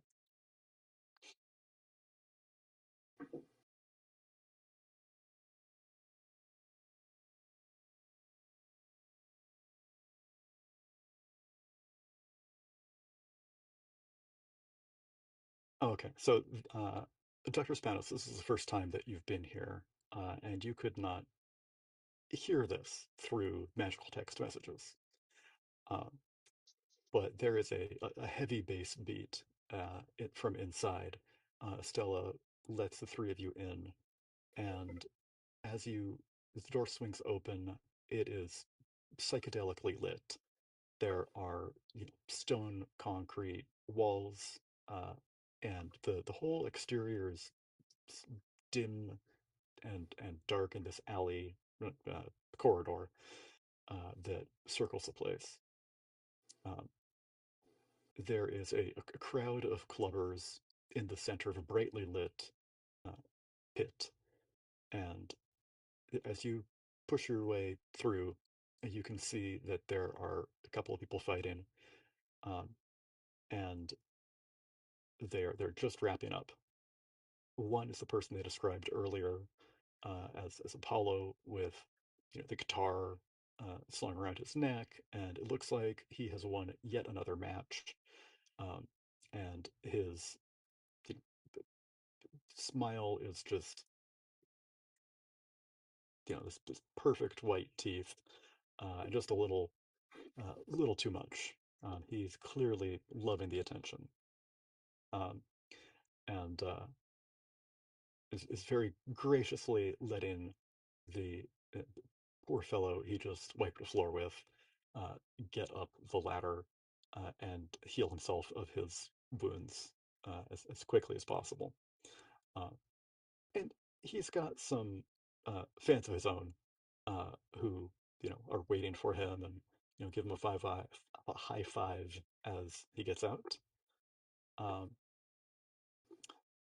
And you hear the announcer's voice come on. It says, "We've got a newcomer tonight. Estella's just informed me that Dr. Rena Spanos is in the house. Dr. Spanos, would you like to join in the bowl right now, or get your bearings first? You're up tonight, though." While I'm here, I prefer I go by our stage name instead, please. This is Mr. and I pull out Anthemos, and I am the Dame. He is like that. Totally is something that would have been arranged ahead of time. So he will introduce you as that retroactively. Yeah, please. The Dame and Mr. what? Mr. and the Dame. Mr. and the Dame. Okay. Oh, we have our new contestants, Mr. and the Dame. Mr. looks like a slippery sort of fella. Excellent. Well, we look forward to seeing the two of you in the bowl in just a bit. I will comb through our list of folks who are up and match you up with someone who I think will make for a good show. But until then, I'll turn the floor back over to our DJ Hans, and he brings up this bass beat. You can see a young man in like surfer dude wear in the DJ's booth, and he is he's got one headphone on his ear and one not, and is just having an amazing time doing this, and he's just totally into this. Looks like he is eating candy um, without abandon. This is not the sort of like you just paid $300 for 4 bonbons. At least that's what Dr. Spanos thinks. He's just popping them back.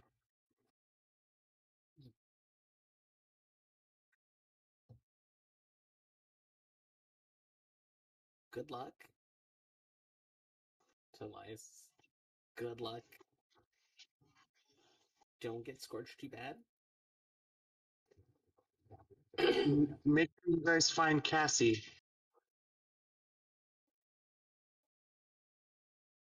Waves and heads off to the corner. Are you heading off to a corner or the corner that you got candy from earlier? Corner on the left to see if the guy with the candy is there back again. Okay. Because these people need candy, and I don't think Cassie is here yet. So I'm going to do that, and then look for Cassie. Sounds good. And what about you, Elias?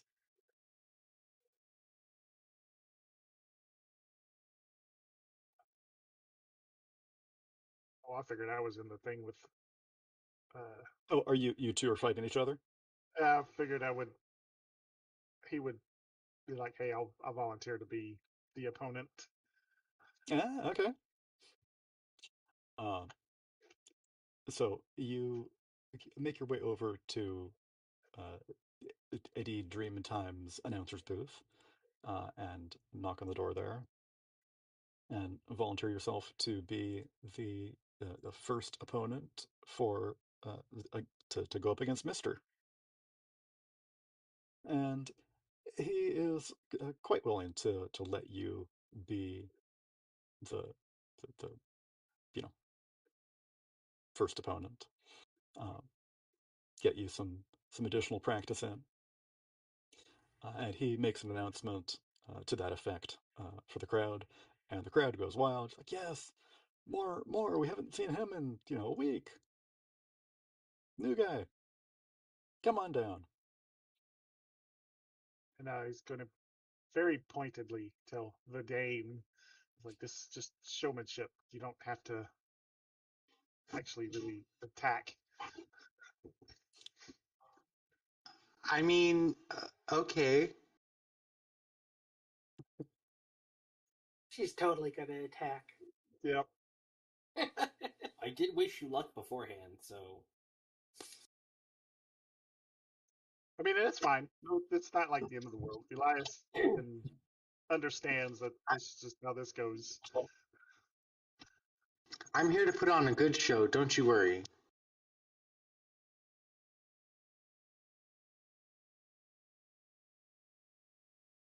Okay.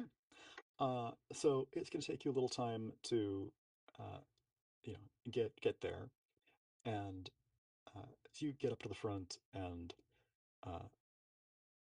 you see a person put his hand to his ears. He's listening to something, and then says something into his mic in his cuff as he sort of looks back up to the announcer's booth. Like, okay.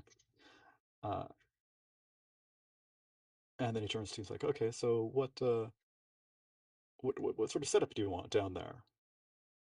And he directs the question to Anthemos directly, um, assuming that Anthemos is the one who's in charge here.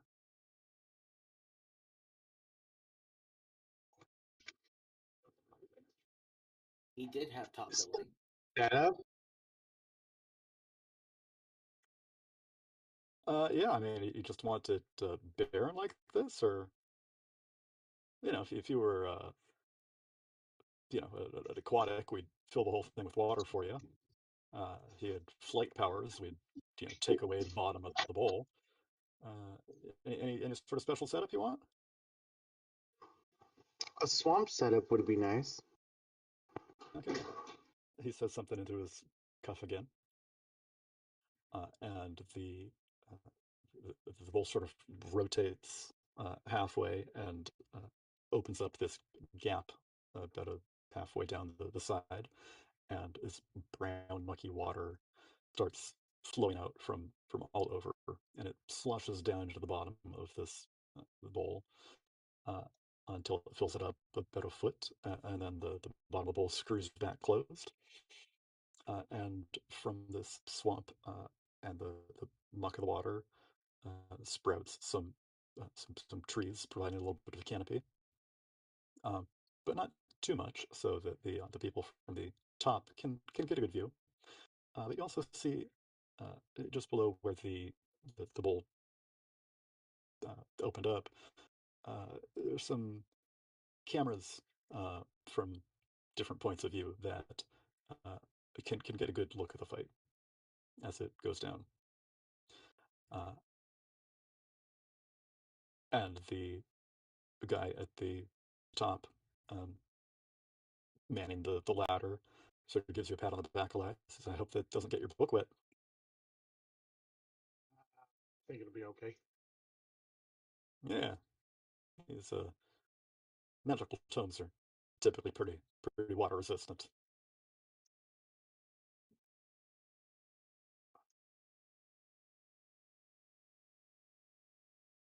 Okay, let us break here for a quick interlude before jumping into the action at the bowl.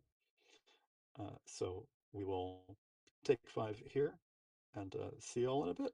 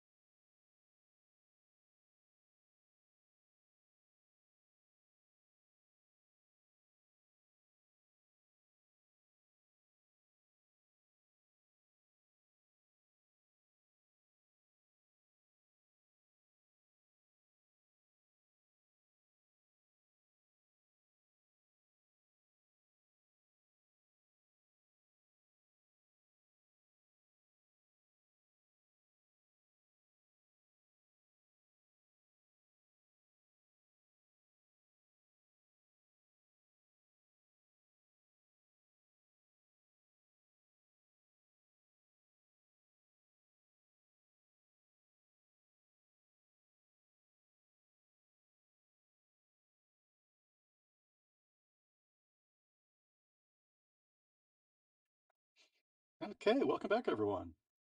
So, our brave team here, Elias and Madam, are ready to get down into the swampy waters that the bowl has provided for them. So the two of you climb down the ladder, and there's a little like 2-foot ring around the side where you can walk around and then get down into the swamp wherever you'd like. Madam, since this has been created for you, tell us about the swamp and how you established yourself there.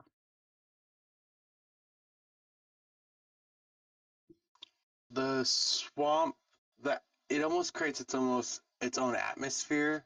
The arena swamp, it's more very humid and warm in this swamp. The water is probably about knee deep in its deepest parts, but there's overgrowth kind of everywhere, plant life and stuff floating in the water and along the edges of the water everywhere. What I'm wearing is like a ridiculous 90s like unitard, like American Gladiator.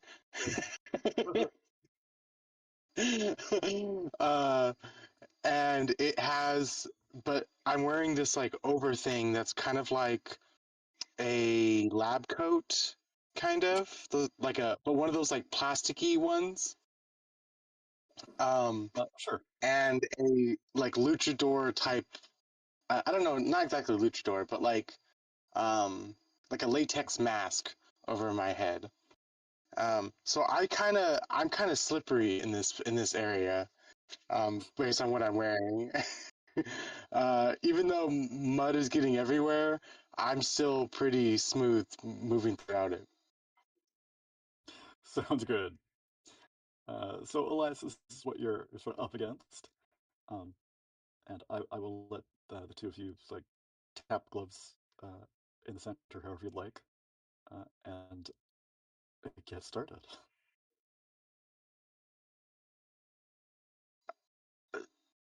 The dame walks up to Elias to tap gloves. Good luck in the match, mister I've never met before, and winks really, really, really hard. Good luck. Yeah, good luck.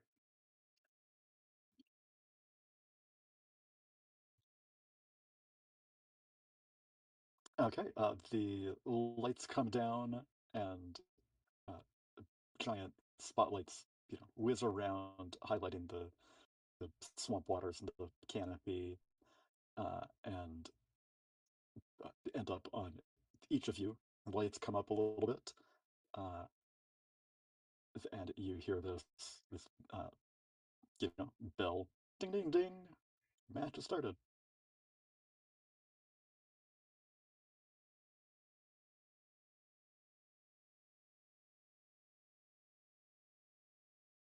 I yell, We have get his ankles, and I throw the snake into the water. We have established that Anthemos will float in water. We have not established that he swims well in water, but you tossed him at Elias.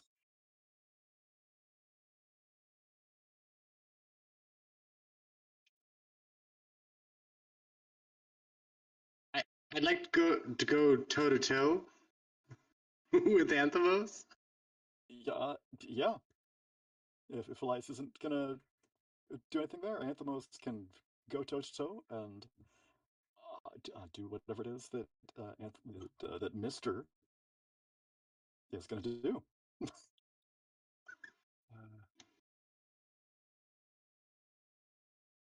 Like I said, Elias would try to be flashy. So basically, lack of a better word, it would be shield. Okay. So give me a change game for your spell. Let's see how that rolls.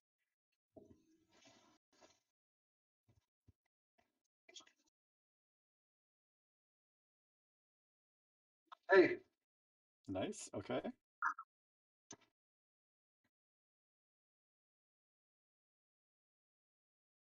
So basically, like in terms of D&D, it wouldn't like spring into existence until a strike would actually happen.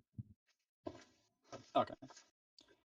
So you can use your Grimoire here to cast Shield. So cast that with your +1 for the spell.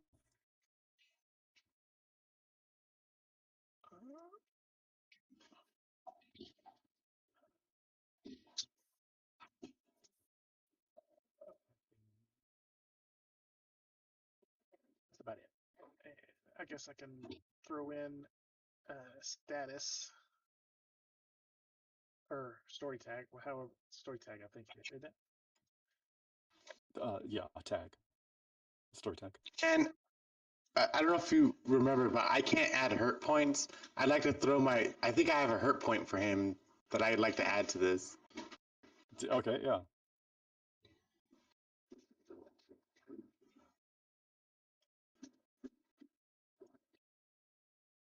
So I never get the notification. So That's why. Toe to toe, right? Yeah, go toe to toe.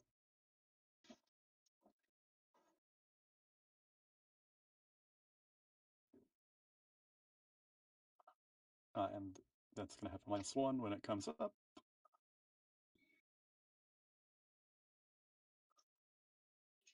Eight. Okay.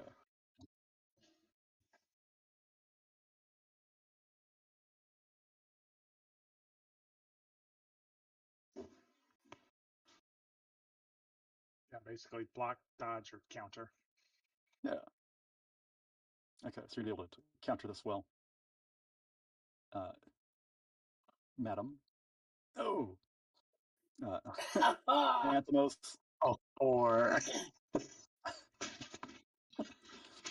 Anthemos does what he can in the water as best as possible, which is not much. The idea was Anthemos can't actually hurt things when he bites them. I was gonna have him go up and bite him and make him happy. Well, Anthemos just isn't able to get there, and he he's not a good swimmer. He's a little disoriented. But the go toe to toe here, you don't really need to block or dodge. You can get Anthemos good, I guess. He didn't want to like hurt the snake. Like that's he didn't come in here to hurt anybody. Okay.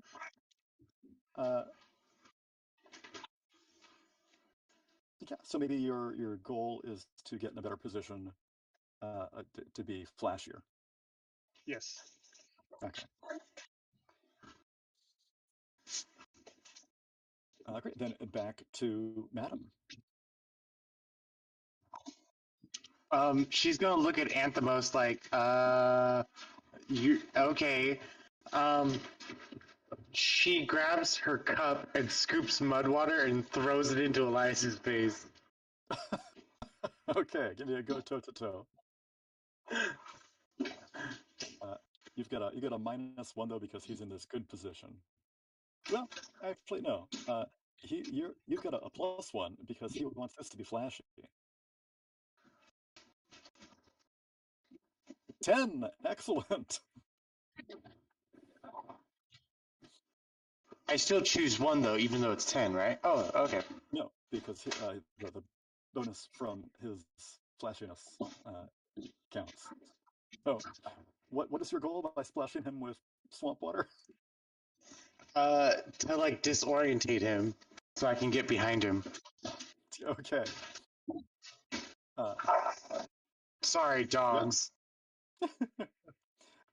So you are able to get him good. He takes a tier 2 status of disoriented, and he can't do anything to fight back against that. Okay, so disoriented 2.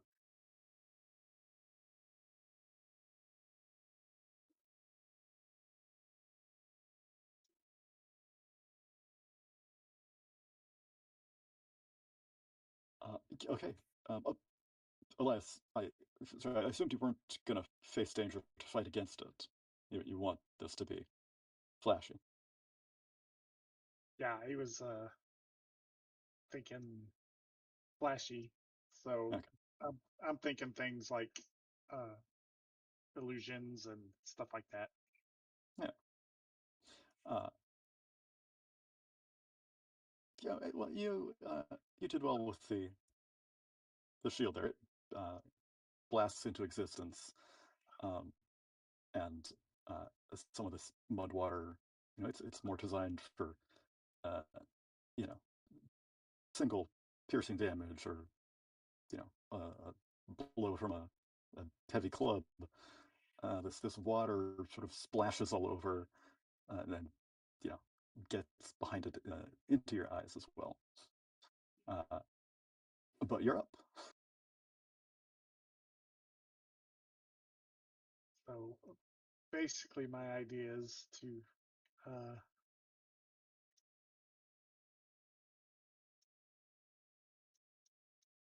if it's going to be flashy, basically the entire bowl is going to basically hallucinatory terrain.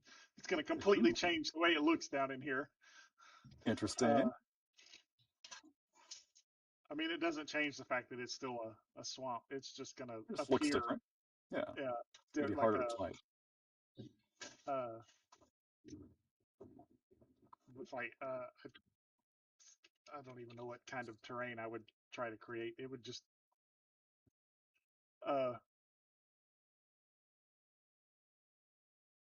something flashy. Yeah, don't pick a barren wasteland. Instead of looking like a swamp, it's going to look like a basically out in a rocky desert type of thing. Okay. So you've got like this red and orange sand and dust floating around. They're little swirls of dust devils. A couple of large rocks just glistening in the sunlight that doesn't exist. Okay, give me a change of game. Let's see how effective that is. Yeah. That's not gonna.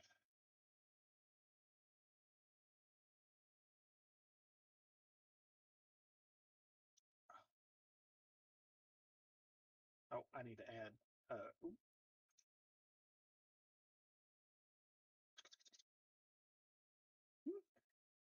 Okay, cool. So you've got the new spell available. So you use that, and the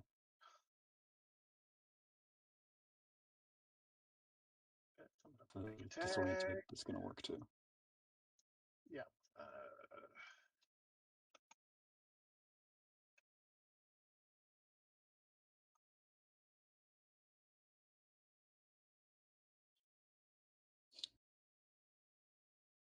All right, toe to toe.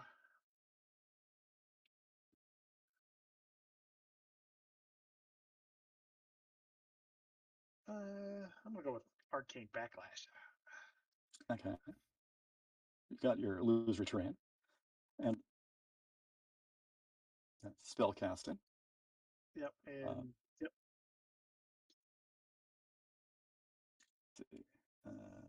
Yeah, there we go.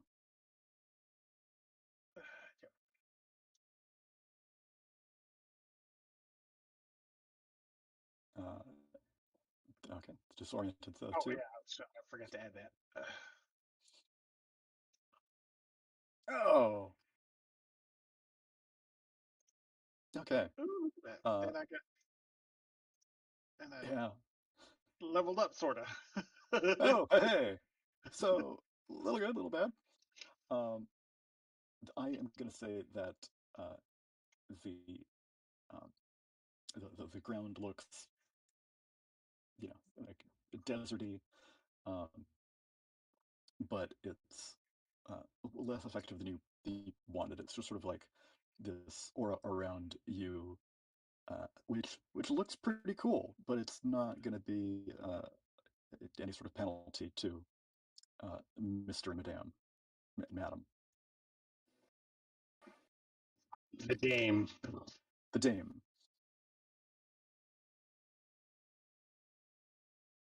So the dame sees this like disc of alternate terrain spring up around Elias. I'd like to pick up Anthemos and pour the potion of enlargement on him. Okay. Yeah, go for it. So he gets gigantic, and he's gonna stay that way. I'm gonna have Anthemos rush Elias to like pick him up. Okay. Like go between his legs and then rise, so he's on the back of Anthemos. Fantastic. So you got a +1 for that for your potion. It's gonna stick around. What else? I guess what time? It's 11. Okay, so we need a finale this stuff. Okay. Okay.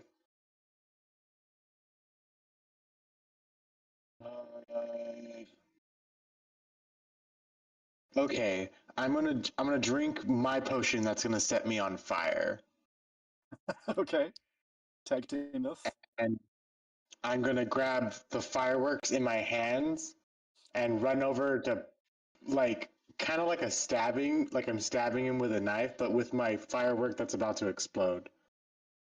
Okay.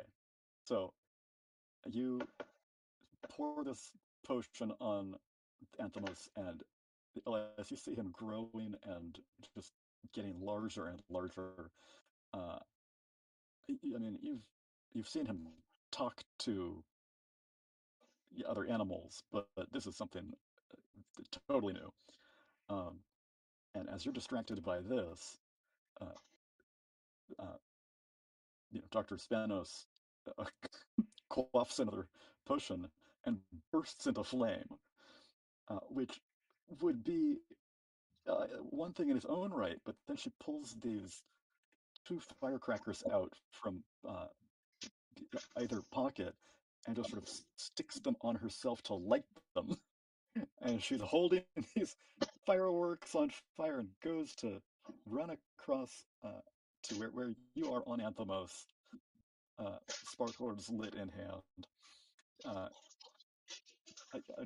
Jonathan, I think you've definitely got the upper hand here with Anthemos, so you can hit with all you've got.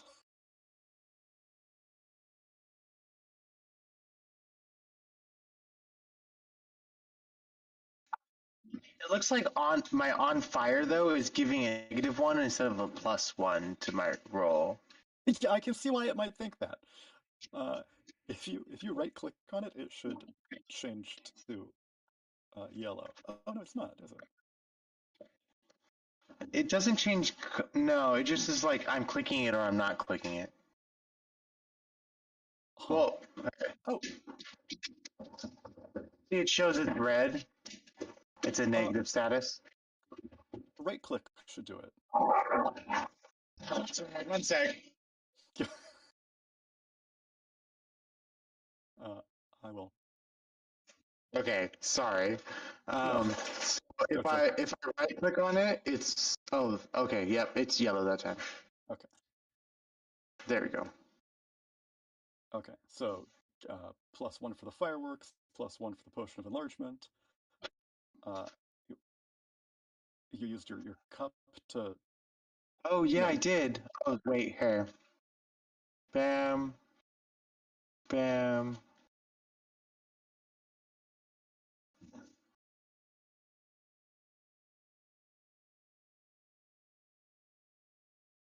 Okay, that should be a new one too.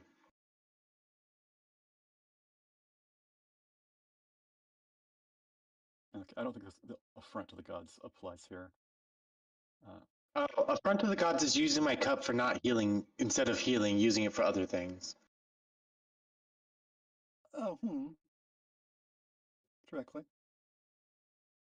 Well, this is designed to be a good thing, and I also don't want to just keep using the weakness tag to spam attention.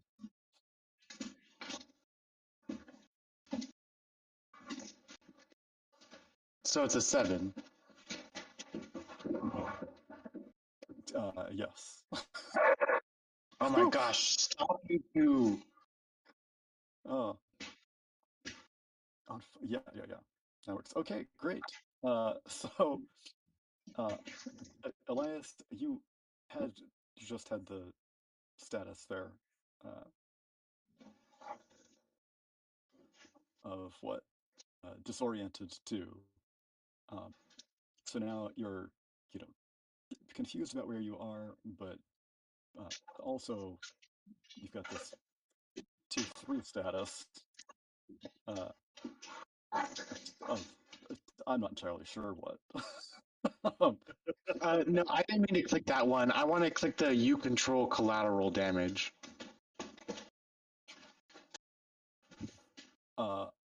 Okay, yeah. So you control the collateral damage. So it's only a tier 3. Oh, I give a status of tier 3 and then I choose one. Sorry, I misread that. Okay, yeah. Status. Okay, a tier 3 status for punching someone with a lit firework.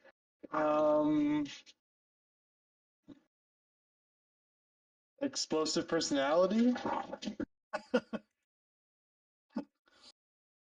Sounds good. Explosive personality. Okay, so this is a huge, exciting moment for the folks at the bowl.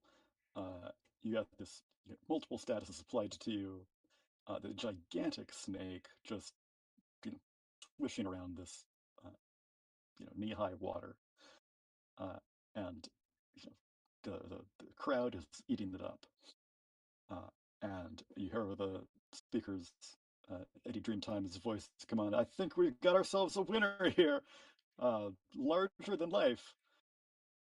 Mr. and the Dame. Congratulations. And the trees sort of wiggle back and forth, and all their leaves shed and fall down, creating this mush in the swampy water, which starts to drain, and the bowl rises up to the bottom of the ladder for you 2 or 3 to get yourselves out. As you climb out, the disoriented status goes away.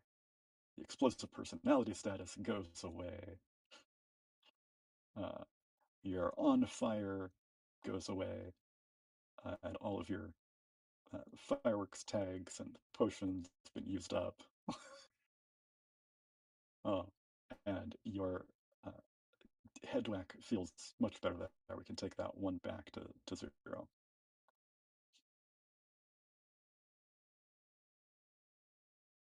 Okay, so let us wrap this up for tonight with our grand spectacle of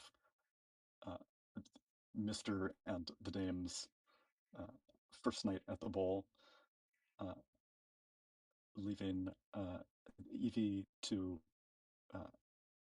wonder what in the world they've gotten themselves into. Looking forward to Adrian's message or Aiden's messages. Yes. Filling me in.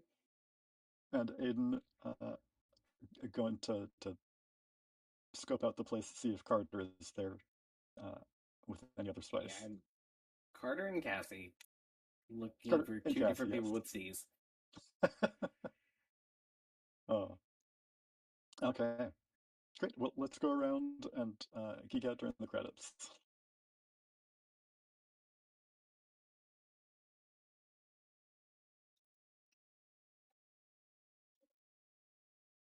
session end. Oh, yeah. Good.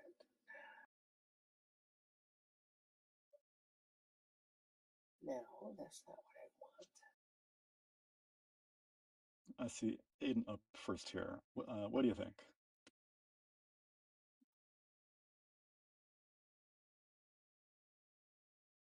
How has the crew grown this session? Which character We had at the most least interaction? made progress.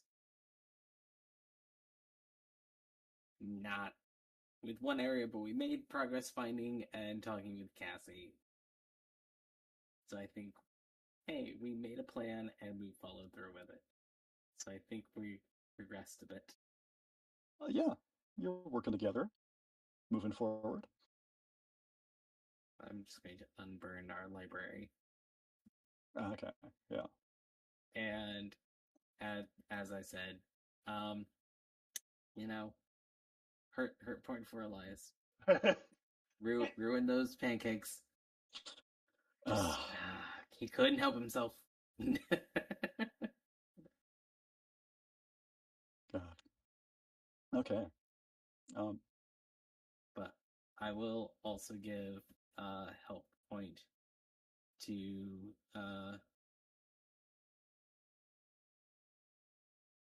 sorry, I forgot Dr. Spanos' first name when I was looking at the menu. I'm like, it's Rena. I was like, I never referred to Jonathan's character by first name. It's always Dr. Spanos. I'm like, where is that in the drop-down menu? There it is. I'm a professor. You should be referring to me as Dr. Spanos. Thank you. I didn't go to school and pay for it for nothing. Yeah, well, it just says the first name, and I had to try and remember. I'm like, wait, who is this? I found it.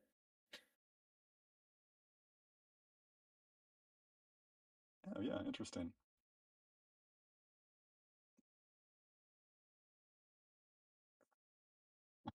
Okay, excellent. Rob, what about Elias here? How's crew growing? Which character had the most meaningful interaction with you?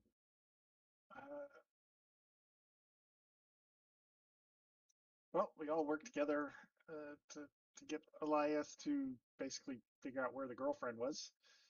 Yeah. So grown a little bit more. Still got to teach the professor how to, control the impulses. That's okay. Most meaningful interaction was to get it out in the ring. Dr. Spanos in the bowl. Yeah, So, pretty significant.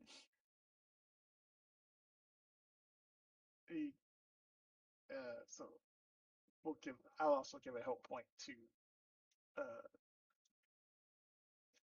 Dr. Spanos, for being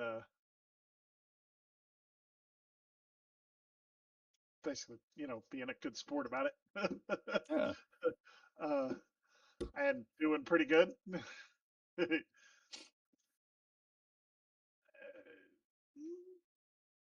don't think anything is really under strain at the moment. Yeah, I'll have to fix that. Yep, I've been thinking of that. I've got a couple of things that have had some strain, but okay. Evie. Oh dear. How has the crew grown this session? We actually made a plan and stuck to it. So I agree with Jacob on that one.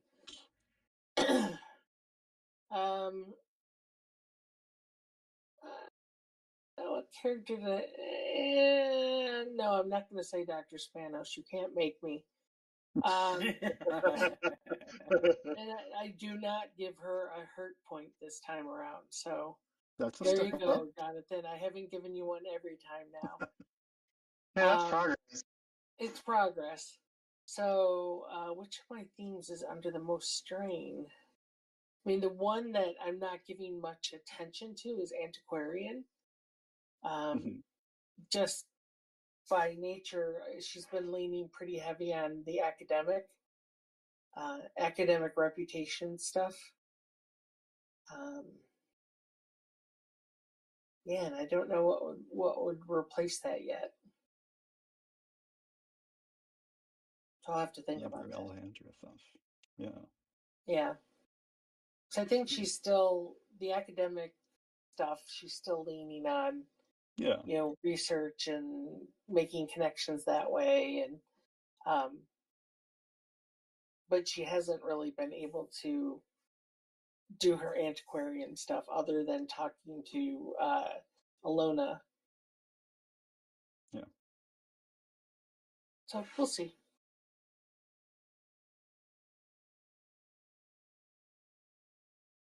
That's all I got.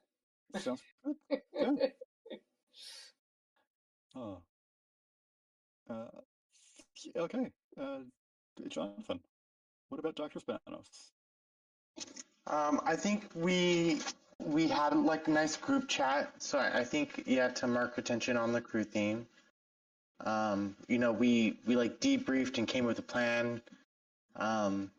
Most meaningful interaction is definitely with Elias. It was actually really nice of you to step in and be my opponent so that I didn't get blown up the first time. I tried to do flashy things instead of hurtful things, so I hope you noticed that during the match. The theme that's under most strain, I would say specifically for this round, her theme book, The Biochemical Brilliance, specifically because of her theme tag, High Society. This is not a high society thing to be doing. So I would say that's under strain. She doesn't really go to work much anymore. She just is with the crew. Yeah, we'll have to get you all back to class somehow. Okay, great. Well, thank you all for playing. Thank you all for watching. I had a great time, and I hope you did too. So we will see you in 2 weeks. Bye. Everyone. Night, everybody. Good night.